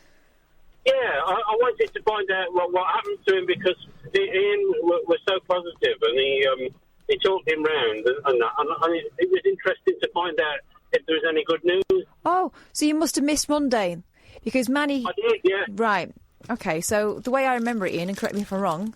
Whatever. We got a charity called Birmingham Vision got in touch with us and Manny. I'm on Arsbar. And they were talking about retraining opportunities and they'd got contacts with various businesses and stuff, so it was all looking pretty good. He was feeling really positive about it. And then it turned out that he actually wasn't blind, it was a fake, he was just milking it, and he's had us all, he's conned us all, out of thousands. You're joking? Yes, of course he's joking. Well, I'm suspicious. Here's another bit that was really heartwarming, is that when he spoke to us on Monday, he's got choices now, because he's been offered a couple of jobs, hasn't he? He said the bloke at his local cost cutter who's listening to the show recognised him from his voice and the fact that, you know, he's local, and said he might have some work for him there, so it's all looking quite positive. And if Manny's listening, we would like an update at some point, but only when you're ready, mate. Oh, fantastic. Anyway, I want to talk about I bought a budgie. Oh. You what? He bought a budgie. What, is it in the 1970s? What do you mean you bought a budgie? What for? Because I live on my own. Oh. And when I get home, it's something that's live and somebody... Yeah, I know what you mean. You know what I'm saying? It's just something there, you know. I know exactly what you mean. I've got the same thing with the cat. You're right. It's another human being, but yes, it's another soul in the house. It's a living thing, you know, and it just does something to your mental sort of disposition to go in and see something that's alive. I totally agree. And the fact you've got to care for it and feed it, and it's dependent on you, and it's and it's happy. So do you let it fly around the place you live in, or does it live in the cage? I only bought it Friday, so it's just getting used to me, and he's he's just getting used to me, and I bought the cage, and I bought a little cage so I can take him out as well, and I'm going to do that, but it's baby steps at the minute. At the moment, I'm just playing Elvis Presley to him. Well, then there you go, you see. Didn't you know someone, Ian, who used to have like an inflatable cage? No. Yes, you did. You told me about someone who had a bird in a ball. Tallulah, yeah, she used to, when she was a caller, rock and roll! She was the sister of Michael Schenker, if that means anything to rock fans out there. And she would come to events that I was doing on a bicycle. I think it was a bicycle, not a moped. And she had like an inflatable ball, and she would put the budgie inside it, and the budgie would fly, it would flap around. Yeah, that's not nuts. I wonder what happened to Tallulah. She's still around, apparently. She's not dead, but I don't know where she is. Well, listen, you're doing the right thing, James. Pets are great. I don't know how much affection you get from a bird. I've never, been whatever works for you. For me, it's cats. For some people, it's dogs. For some people, it's birds. Well, I'm back home now. I'm just going to go in and see how he is. I've called him Elvis. Of course you have. I would be disappointed if you had done any other thing. James, listen, you're a good man, and best of luck, and well done you getting a pet. Thank you. So I get it. It's the same with Velvet, you know. She comes in, she's like, where have you been? And when I come, she's deaf. I'm pretty convinced that she is completely deaf. And she really, not when I come in, feed me! Stamp. Thing is, she's not happy because she's been a bit sick the last couple of days, throwing up a bit, so she's on the dry biscuits. And you put it there and she's like, OK, this is funny, but where's my real tea? Huh? Oh, it's this. I hate you. I really, really hate you. She hates the biscuits. 03444991000. This is the Late Night Alternative on Talk Radio. The Late Night Alternative with Iain Lee. Unfiltered Night Talk with the original king of unconventional conversation on Talk Radio. We have ways of making you talk. 03444991000 is the telephone number. A hairdresser from New Orleans, was arrested this morning and accused of using his customers' hair to create voodoo dolls and cast curses upon them. According to the New Orleans Police Department, 29-year-old Enoch Azaka collected the hair he cut from his customers at the Old City Barbershop and used it in black magic rituals. We found a voodoo altar in the store's basement with dozens of dolls. We also found baggies full of hair, each marked with the names of the customers it came from. What's going on in America? People keeping bits of other people. New Orleans Police Chief Ronald Surpass says Mr. Azaka used his skills as a voodoo sorcerer. As a voodoo sorcerer to cause pain and illness to his victims in order to extort money and, of course, to get sexual favours. What? Did you add that bit? No, it's there. But listen to this. This story is amazing because, for two reasons. One, he was cutting bits off them to get hair and keeping it to voodoo dolls. Second bit is what I'm about to read, because it seems to imply that voodoo is real and works. That's what I mean, saying that he did these things. Here you go. The victims described suffering from acute migraines, back pain, severe rashes, respiratory problems, and even some sudden and eerie hemorrhages that would cause blood to come out of their nose, eyes, and their ears. So voodoo is real. Mr.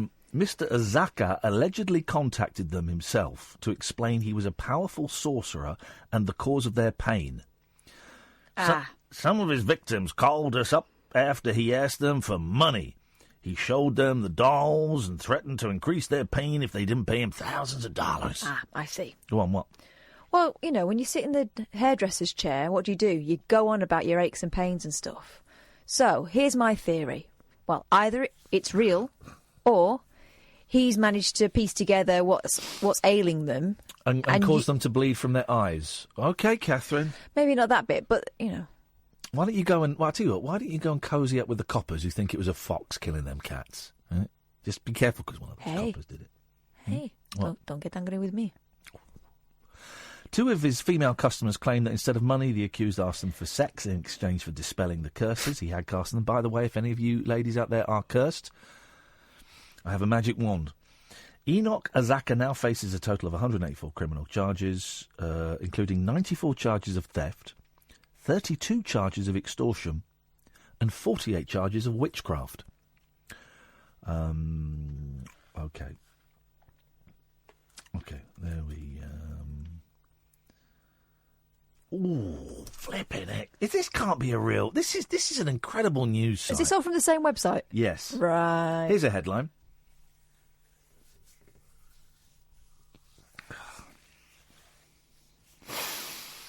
Siamese twins in vicious legal battle over right to masturbate. Now, I'm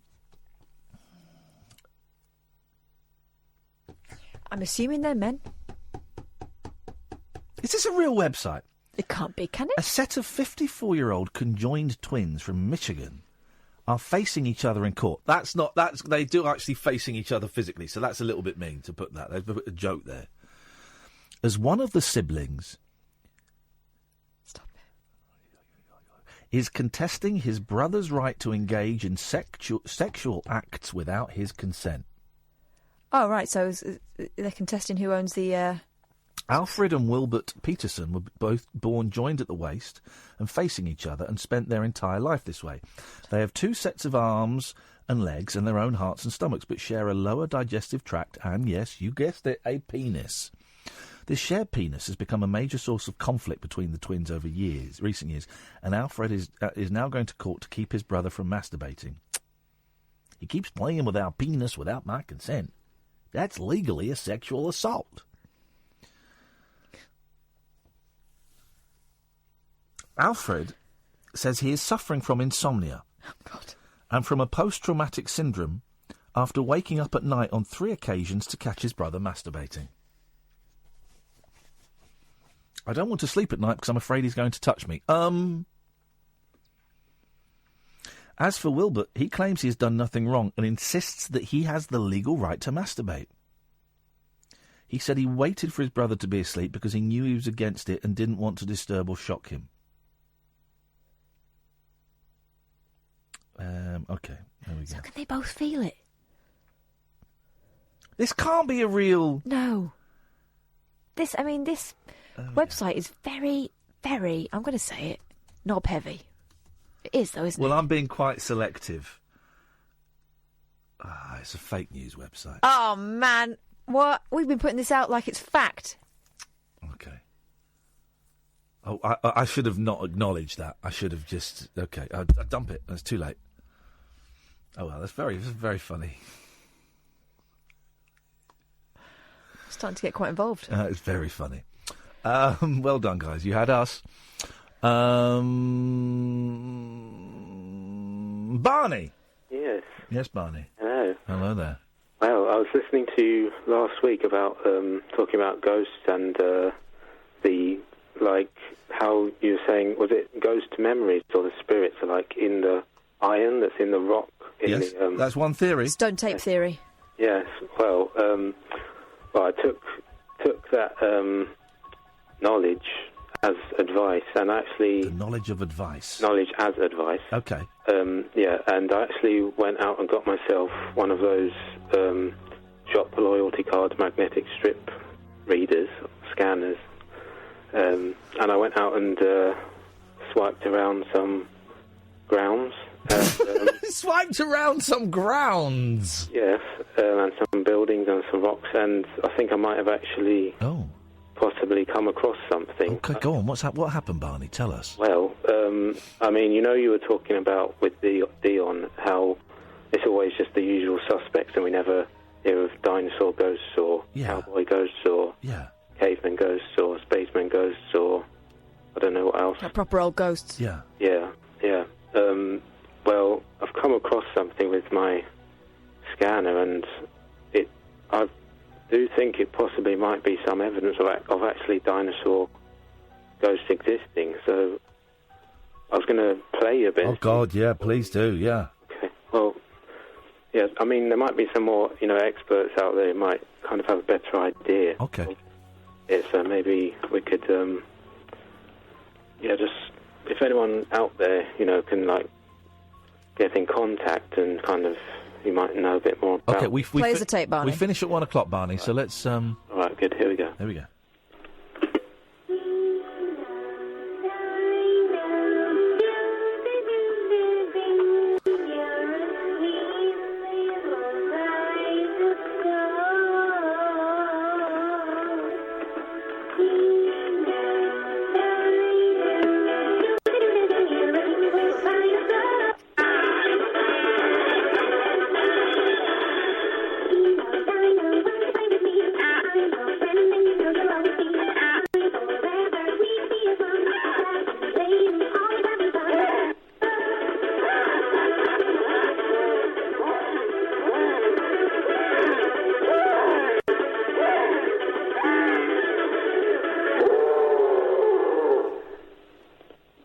Gosh, that's very, very compelling evidence, Uncanny. I know. I mean, with new technologies and things, we can kind of investigate further. And we can investigate further. Well, if anyone listening knows exactly what that is and can help us, 03444991000. Thanks so much for your call, and do let us know if you get any more spooky recordings, Barney. Yeah, thanks. Thank you very much indeed. I've never had such a deadpan doer prank before. I enjoyed it. Prank, you say? I enjoyed that. That was performed to perfection. Yeah. That was good, that.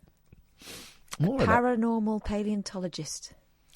No. You're thinking of the guys that dissect the solo work of Monty Python. A paleontologist. Wow, nice one. Yeah, you liked that one, didn't you? Yeah, tickled me a bit. You liked that, didn't you? Just a bit.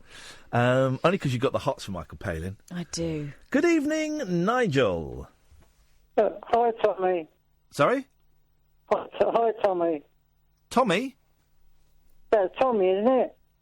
Tommy who? Oh, it's not Tommy Boyd. Is it Ian? Tommy Boyd? Wait, you sound different. You sound like Tommy Boyd. It's not been Tommy Boyd for about 20 years. Oh, you sounded different on the last when you were speaking a while ago. Okay, well, thanks for listening to the show. Yeah, Ian? Nigel, it's not a very good signal, mate. Yeah, hang on. No, it's because I'm on my mic. Is that better? I've changed ears. No, yeah, it was the ear that was doing it. You're absolutely correct, yes. Yeah, I rang up. I said I had some good news about my funeral being paid. Yes. The funeral was paid. But I had some more bills coming today, and I've got £1,000 bill for energy bill and a water bill for 700. So that's nearly £2,000 to pay. Didn't we? I think we mentioned, because you say you like to dry your clothes on the radiators, didn't you? Yeah, but these bills were out before my mum died. She already owed the money. You need someone. She hid it from me, I think, actually. So did she not have? Do you think maybe she didn't have them? Because £1,000, that's like a year's. Yeah, I can't electricity. understand it because I'm paying so much a week, like £10 on each card a week. Yeah. And I was paying 20 when Mum was alive. I was paying 25 on each card. That's £50. What do you mean card? What card? The energy cards that they swipe them in the post office and. Okay, I don't really understand how that works. No, Nigel,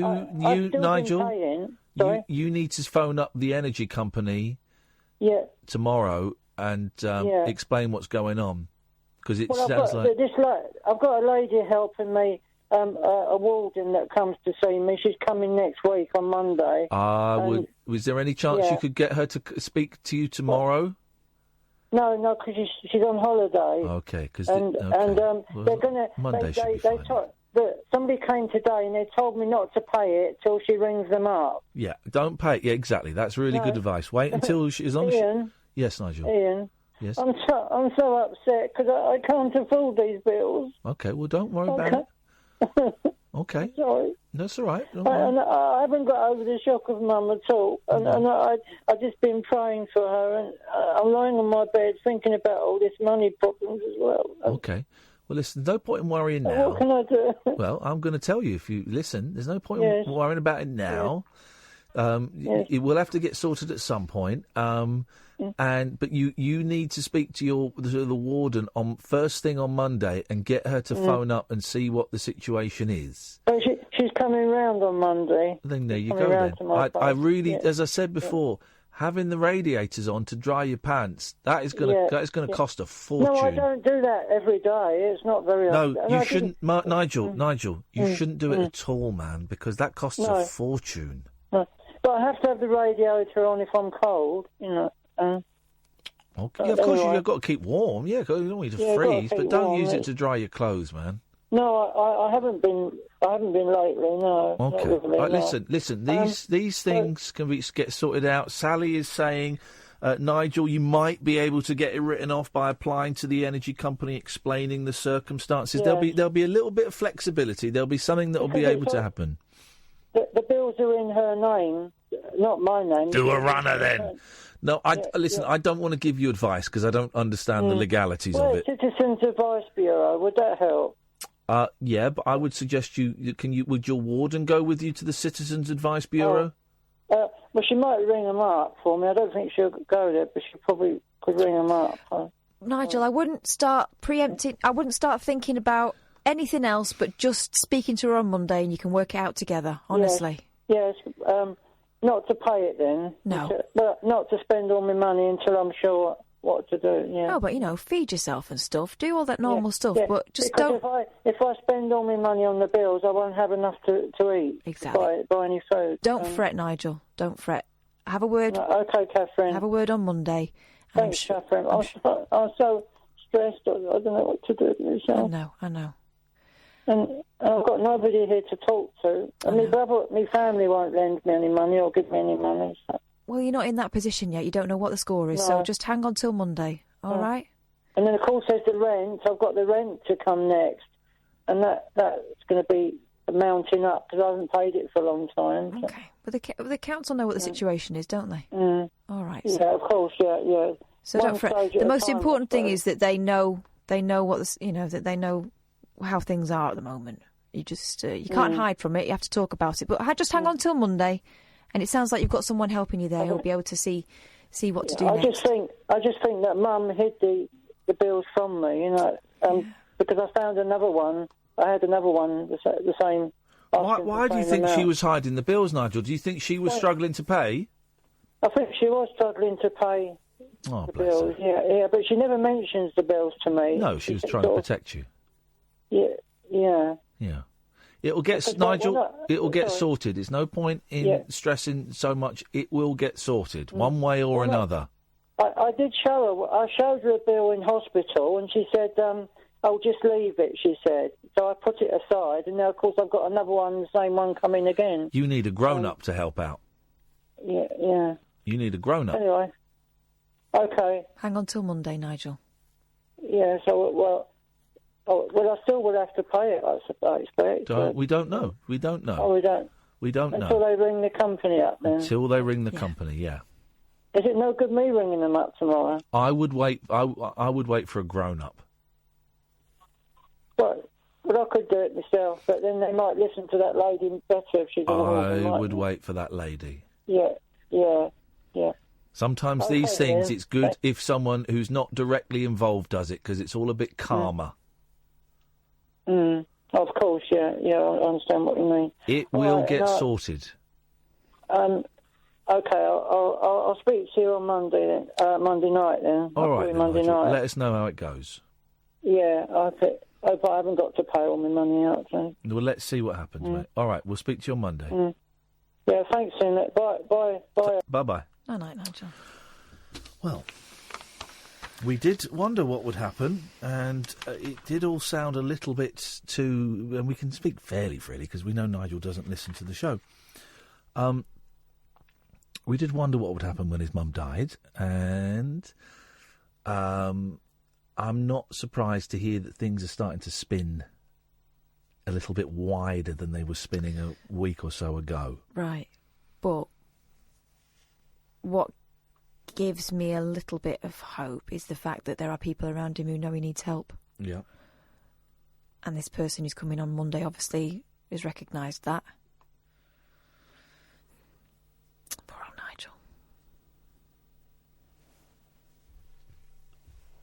Nigel. Yeah, poor old Nigel. 0344 499 1000. This is Talk Radio. The Late Night Alternative with Iain Lee on Talk Radio. 0344 499 1000. Lots of people saying, hey, let's do a crowd GoFundMe and all that. No, because it's not our responsibility, and I don't actually think it would necessarily help. I think whatever is happening needs to happen. And what you know, if someone who is obviously vulnerable is living in a place that they are incapable of maintaining on their own, then at some point that kind of crash needs to happen so that they get moved into a place that is more suitable. Exactly. There's no for point them. putting a sticking plaster on it, is there? Because it won't help him long term. Phones. Thank you very much indeed. 0344 499 1000 is the telephone. Oh yeah, this is a great one. This is great, man. Is this a real one? Scrambled eggs in packs. Oh no, come on. I mean, how lazy do you have to be? Well, but it's the natural evolution from Aunt Bessie's Yorkshire puddings, which are tough to make. Yorkshire puddings are tough to make, but then you can also get frozen roast potatoes, which are not tough to make. You can get grated carrot, I suppose. You get grated cheese, grated carrot. You can get bottled water. Do you know what I mean? That's the dumbest of the dumb. You can get. This is how stupid we are. We pay a lot of money for stuff that we get for free at home. Remember when the first one was Perrier? Remember when Perrier? posh fizzy water. But at least it was fizzy. Yeah, posh fizzy water in a bottle. And now it's just water. It's just water. And do you know what? You get it for free at home. I tend not to buy it now. We used to go out when we went to Waitrose to get our food for our tea. We'd buy a bottle of water. You very kindly bought me a water bottle, and now I keep forgetting it. I keep leaving it in my fridge because I've got a fridge now. I haven't had a fridge for 2 years. But I filled it up, put it in the fridge, nice and cold, take it around with me. If I'm really thirsty, I'll buy a bottle of water. If I'm out with the boys and I've not taken any water, I'll buy water. Of course I will. But it is the biggest con since organic food and iced coffee. It's a con. It's a con. Kids are wise to it, though, aren't they? I mean, they've always got a bottle of water. My kids, they take one to school. They know to fill it up. It's part of the routine now. Yeah. I had water from a water fountain in a school playground the other night. Oh, yeah. It was horrible. It tastes funny. It was flipping horrible. Yeah, it was rank. Hello, caller. Too slow. Pablo? How do you? Right? Yeah, good. What you got? Oh, no, just a bit of news. What? I went on the radio tonight presenting a show on a local community radio station. Here we go! The competition has phoned in to gloat. This is what I believe is known as a rap battle. Well, it was mainly just a thank you and Kath and Mr. Jake Yap as well, who gave us a bit of inspiration in pursuing the venture. So hey, mate, hey, listen, that's very kind of you, but we didn't do nothing. We're the living example of how not to do it. So what was it, Pablo? Where was it, and how long did it? How long have you been planning this? Well, it was just a random thing. Just some people I conversed with on Twitter. They were advertising a radio show that they did, a wrestling themed one. And I got in touch with them, just asked them how they'd got it, and they gave us the contact details, and made it very clear that they didn't have any room for any wrestling radio shows other than the one they had. So I made it clear that's not what I'm doing. So I just submitted an email and got a phone call, and they asked us to come in for training today, and basically walked in, and they just said, right, this is this, and just press that and you'll be live. So it was all very quick. They made us sign things first, of course. But well, there you go. Well, and did you enjoy it? It was good. It was fun. I mean, obviously, as I say, I wasn't quite prepared for going straight on, so it was a bit touch slapdash. But I had a general idea of what I was wanting to do. So, I put some songs in, did a few links, gave an idea of what the show will be once I actually get it. And so cool beans. Good work, man. I'm proud of you. Have you got any more in the diary? Well, I'm just going to... from this, I just wait to hear back from the station controller tomorrow or in the next couple of days. Brilliant. But if I do get the go-ahead, it'll be Pablo's Vault of Horror. There you go, Pablo. Thank you for... I'm glad. Thank you for thanking us. There's no need to. We're just two idiots, two chances that... stumbling our way along the world path and just getting paid for this stuff. But well done, Pablo. That's excellent stuff. Supermarket Iceland is selling the ultimate convenience food yet for cookery clot, scrambled egg in a bag. The 4 mixed yolks and whites cost 50p more than a box of 10 Class A eggs from the chain. A dash of milk, salt and pepper have been added, the only extra ingredients needed to make the dish from scratch. You don't even... Oh, you need milk. You don't need salt and pepper. Wow. Iceland said the £1.50 pouch... Pouch? £1.50 is aimed at culinary... You taught me to cook something today. Yeah. I cooked something that you taught me to cook. And it was a variation of one of my favourite things by coincidence. And it was delicious, man. It was a really nice meal. It was a Joe Wicks jobby. It took about 5 minutes, didn't it? Yeah, it was great. Chorizo, egg, tomato, chili flake, and a bit of the Parmesan cheese. A spring onion. And spring onion. And yummy yum-yums. It's good. Iceland said the £1.50 pouch is aimed at twats. sorry. Is aimed at culinary challenged people who have not bothered to learn the basics. But this is the natural evolution because you can cook, but... and I can't. There are a lot of people that say in their 30s, 10 years younger than us, that are in their 30s, that haven't learnt the skills that their mums had. Well, here's the thing. My mum never taught me. Right, OK. It's just that the book stopped with me. I think you're the exception. I think you're the exception these days, particularly in people 5, 6, 7 years younger. That but this is the natural progression, you know. In the 70s, when we got like ready meals, TV dinners for the first time, it's like wow.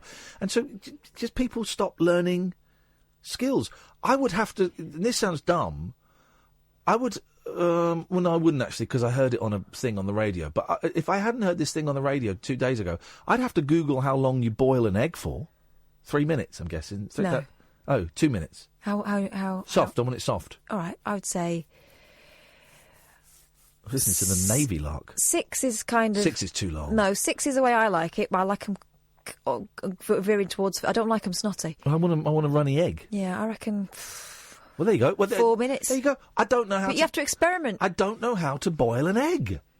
I don't know how to do it. So I can't get sniffy at the people that can't do scrambled eggs just because I can do it. Scrambled egg, to me, is easier than boil. I can do a wicked poachy.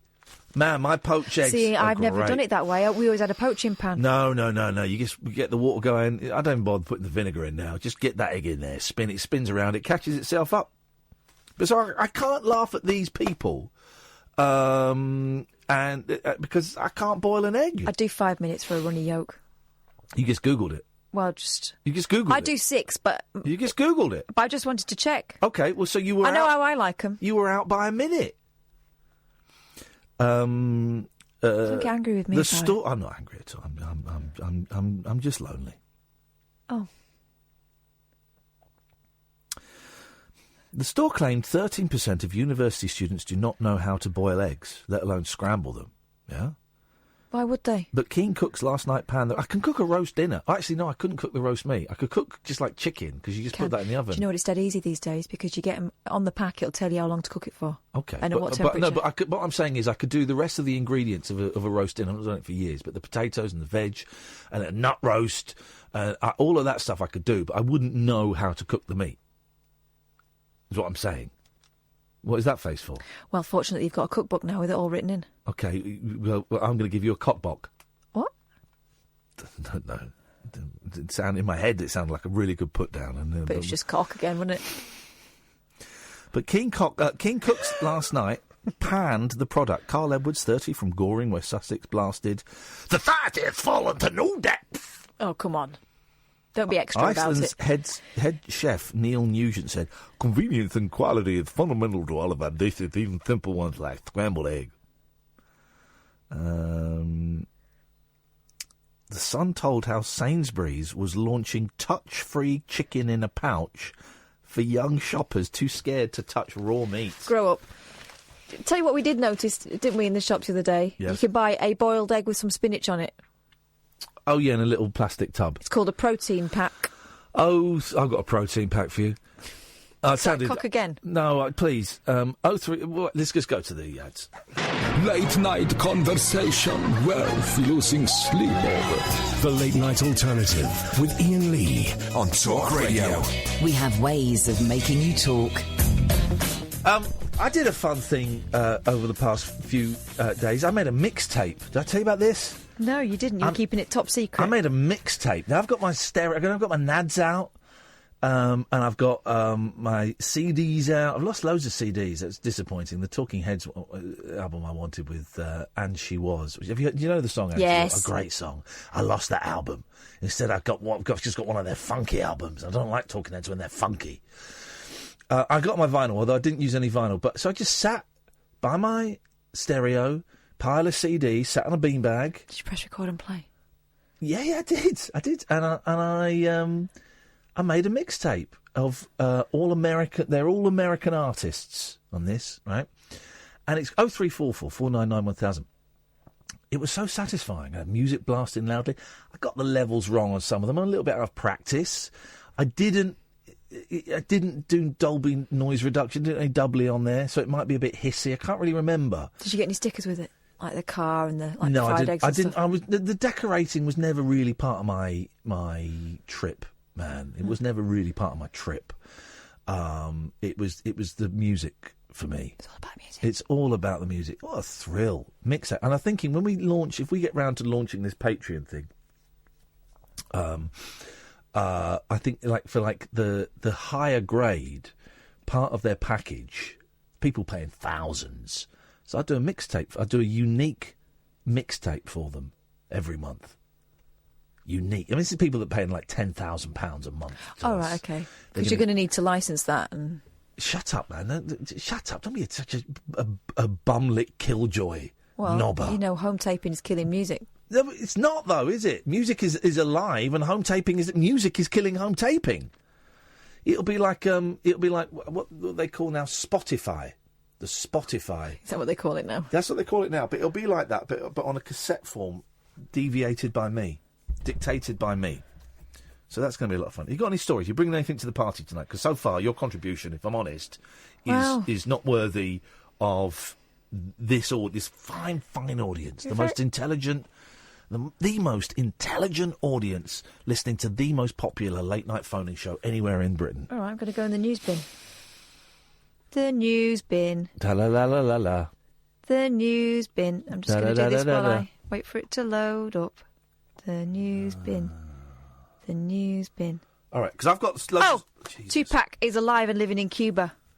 I don't know who that is. Tupac Shakur. The rap singer. Yeah. Yeah, go on. Hello? Hello? Hi, is that Talk Radio? Yes, hello, who's this? It's Carol. I'm a bit worried about Velvet. His baby. What are you beefing on about? Oh, don't you start. Yes.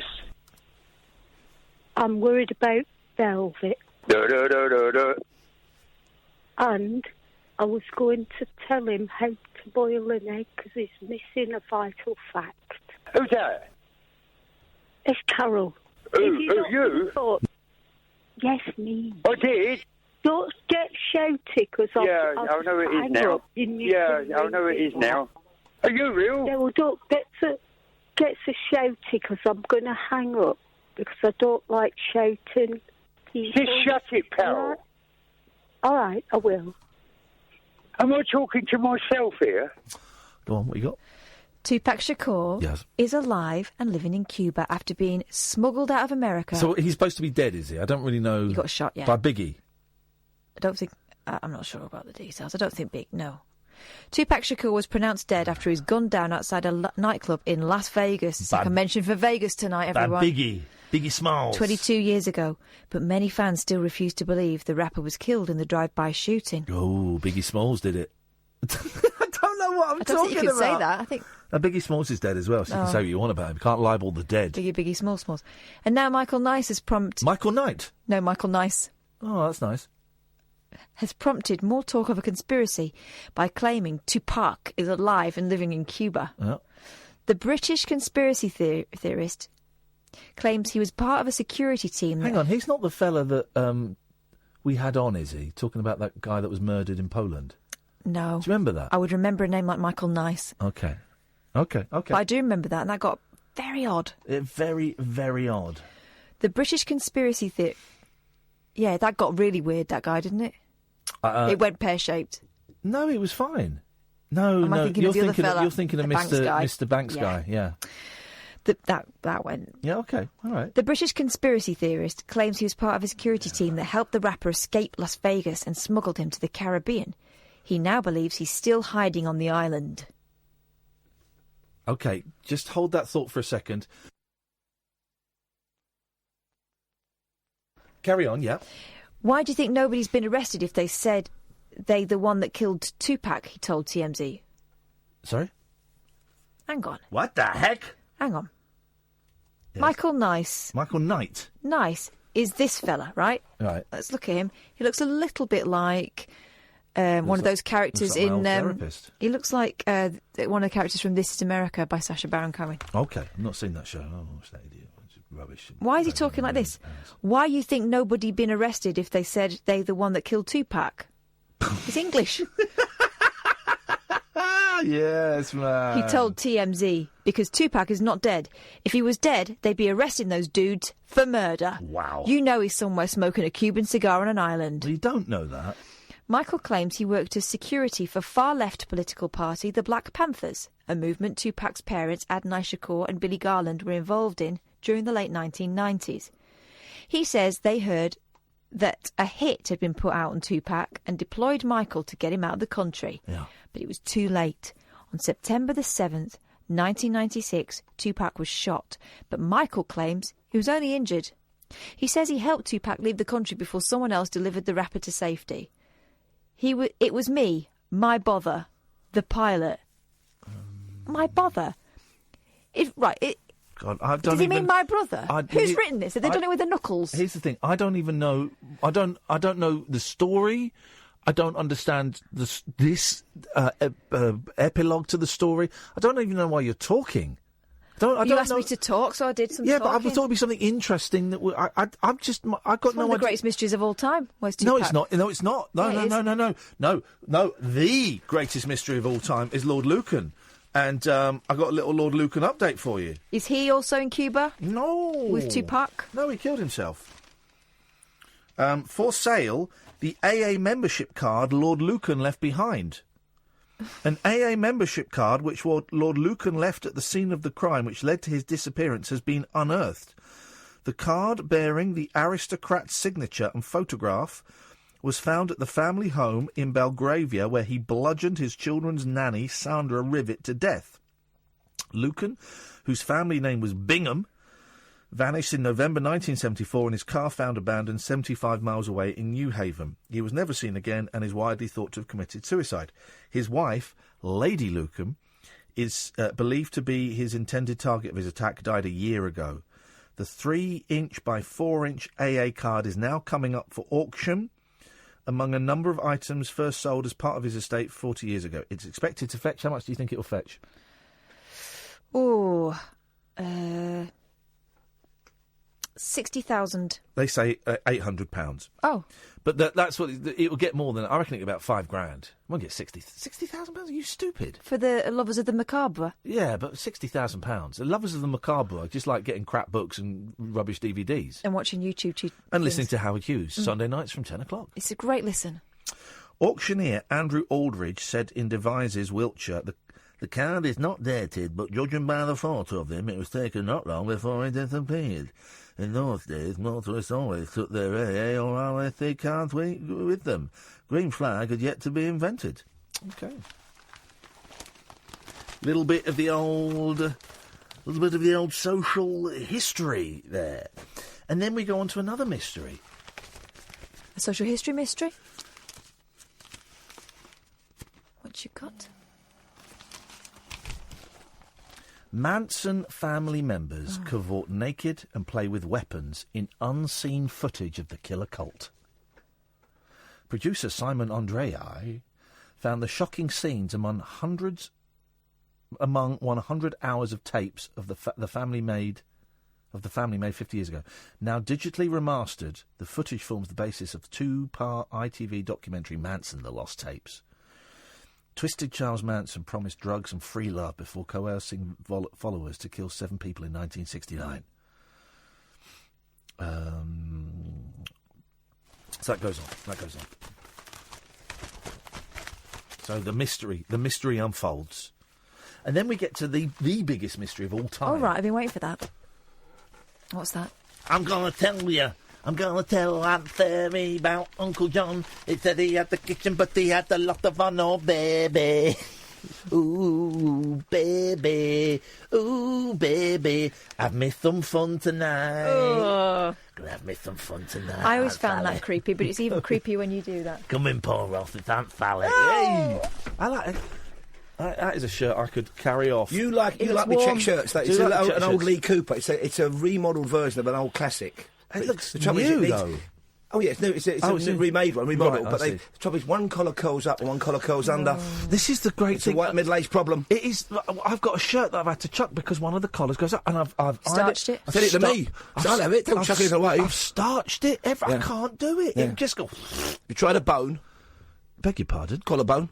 No. The slide tabs. into the thing. Yeah, put the tabs No, on. this hasn't got little holes in it. It's not a fancy shirt. I know a lady who'll do that for you. She'll fix your bone. Really? Yeah. God, it's been such a long time, Paul. I've been at the end of the pier for too long. Can I give you a great mystery? Yeah. One of the great literary mysteries is Edgar Allan Poe, boozer, opium user, found dead after a 2 or 3 day binge, wearing somebody else's clothes. What happened to him? There's an interesting film they tried to make about it with John Cusack, which doesn't quite answer it. Yeah. And he created the modern detective story, dead in somebody else's clobber. Wow. Fully dressed. That's a great mystery, isn't it? Wow. Quoth the raven, nevermore. What's on you? We've got 45 seconds, Paul Ross. What's on your show, Well, we've got something mate? very different tonight. We've come across met a man who's called Bobby Capuccio, who is one of the leading, in America, mindfulness coaches, physical health coaches. Okay. We spoke to him because it's World Mental Health Day, October the 10th, and we realised he's in this country today.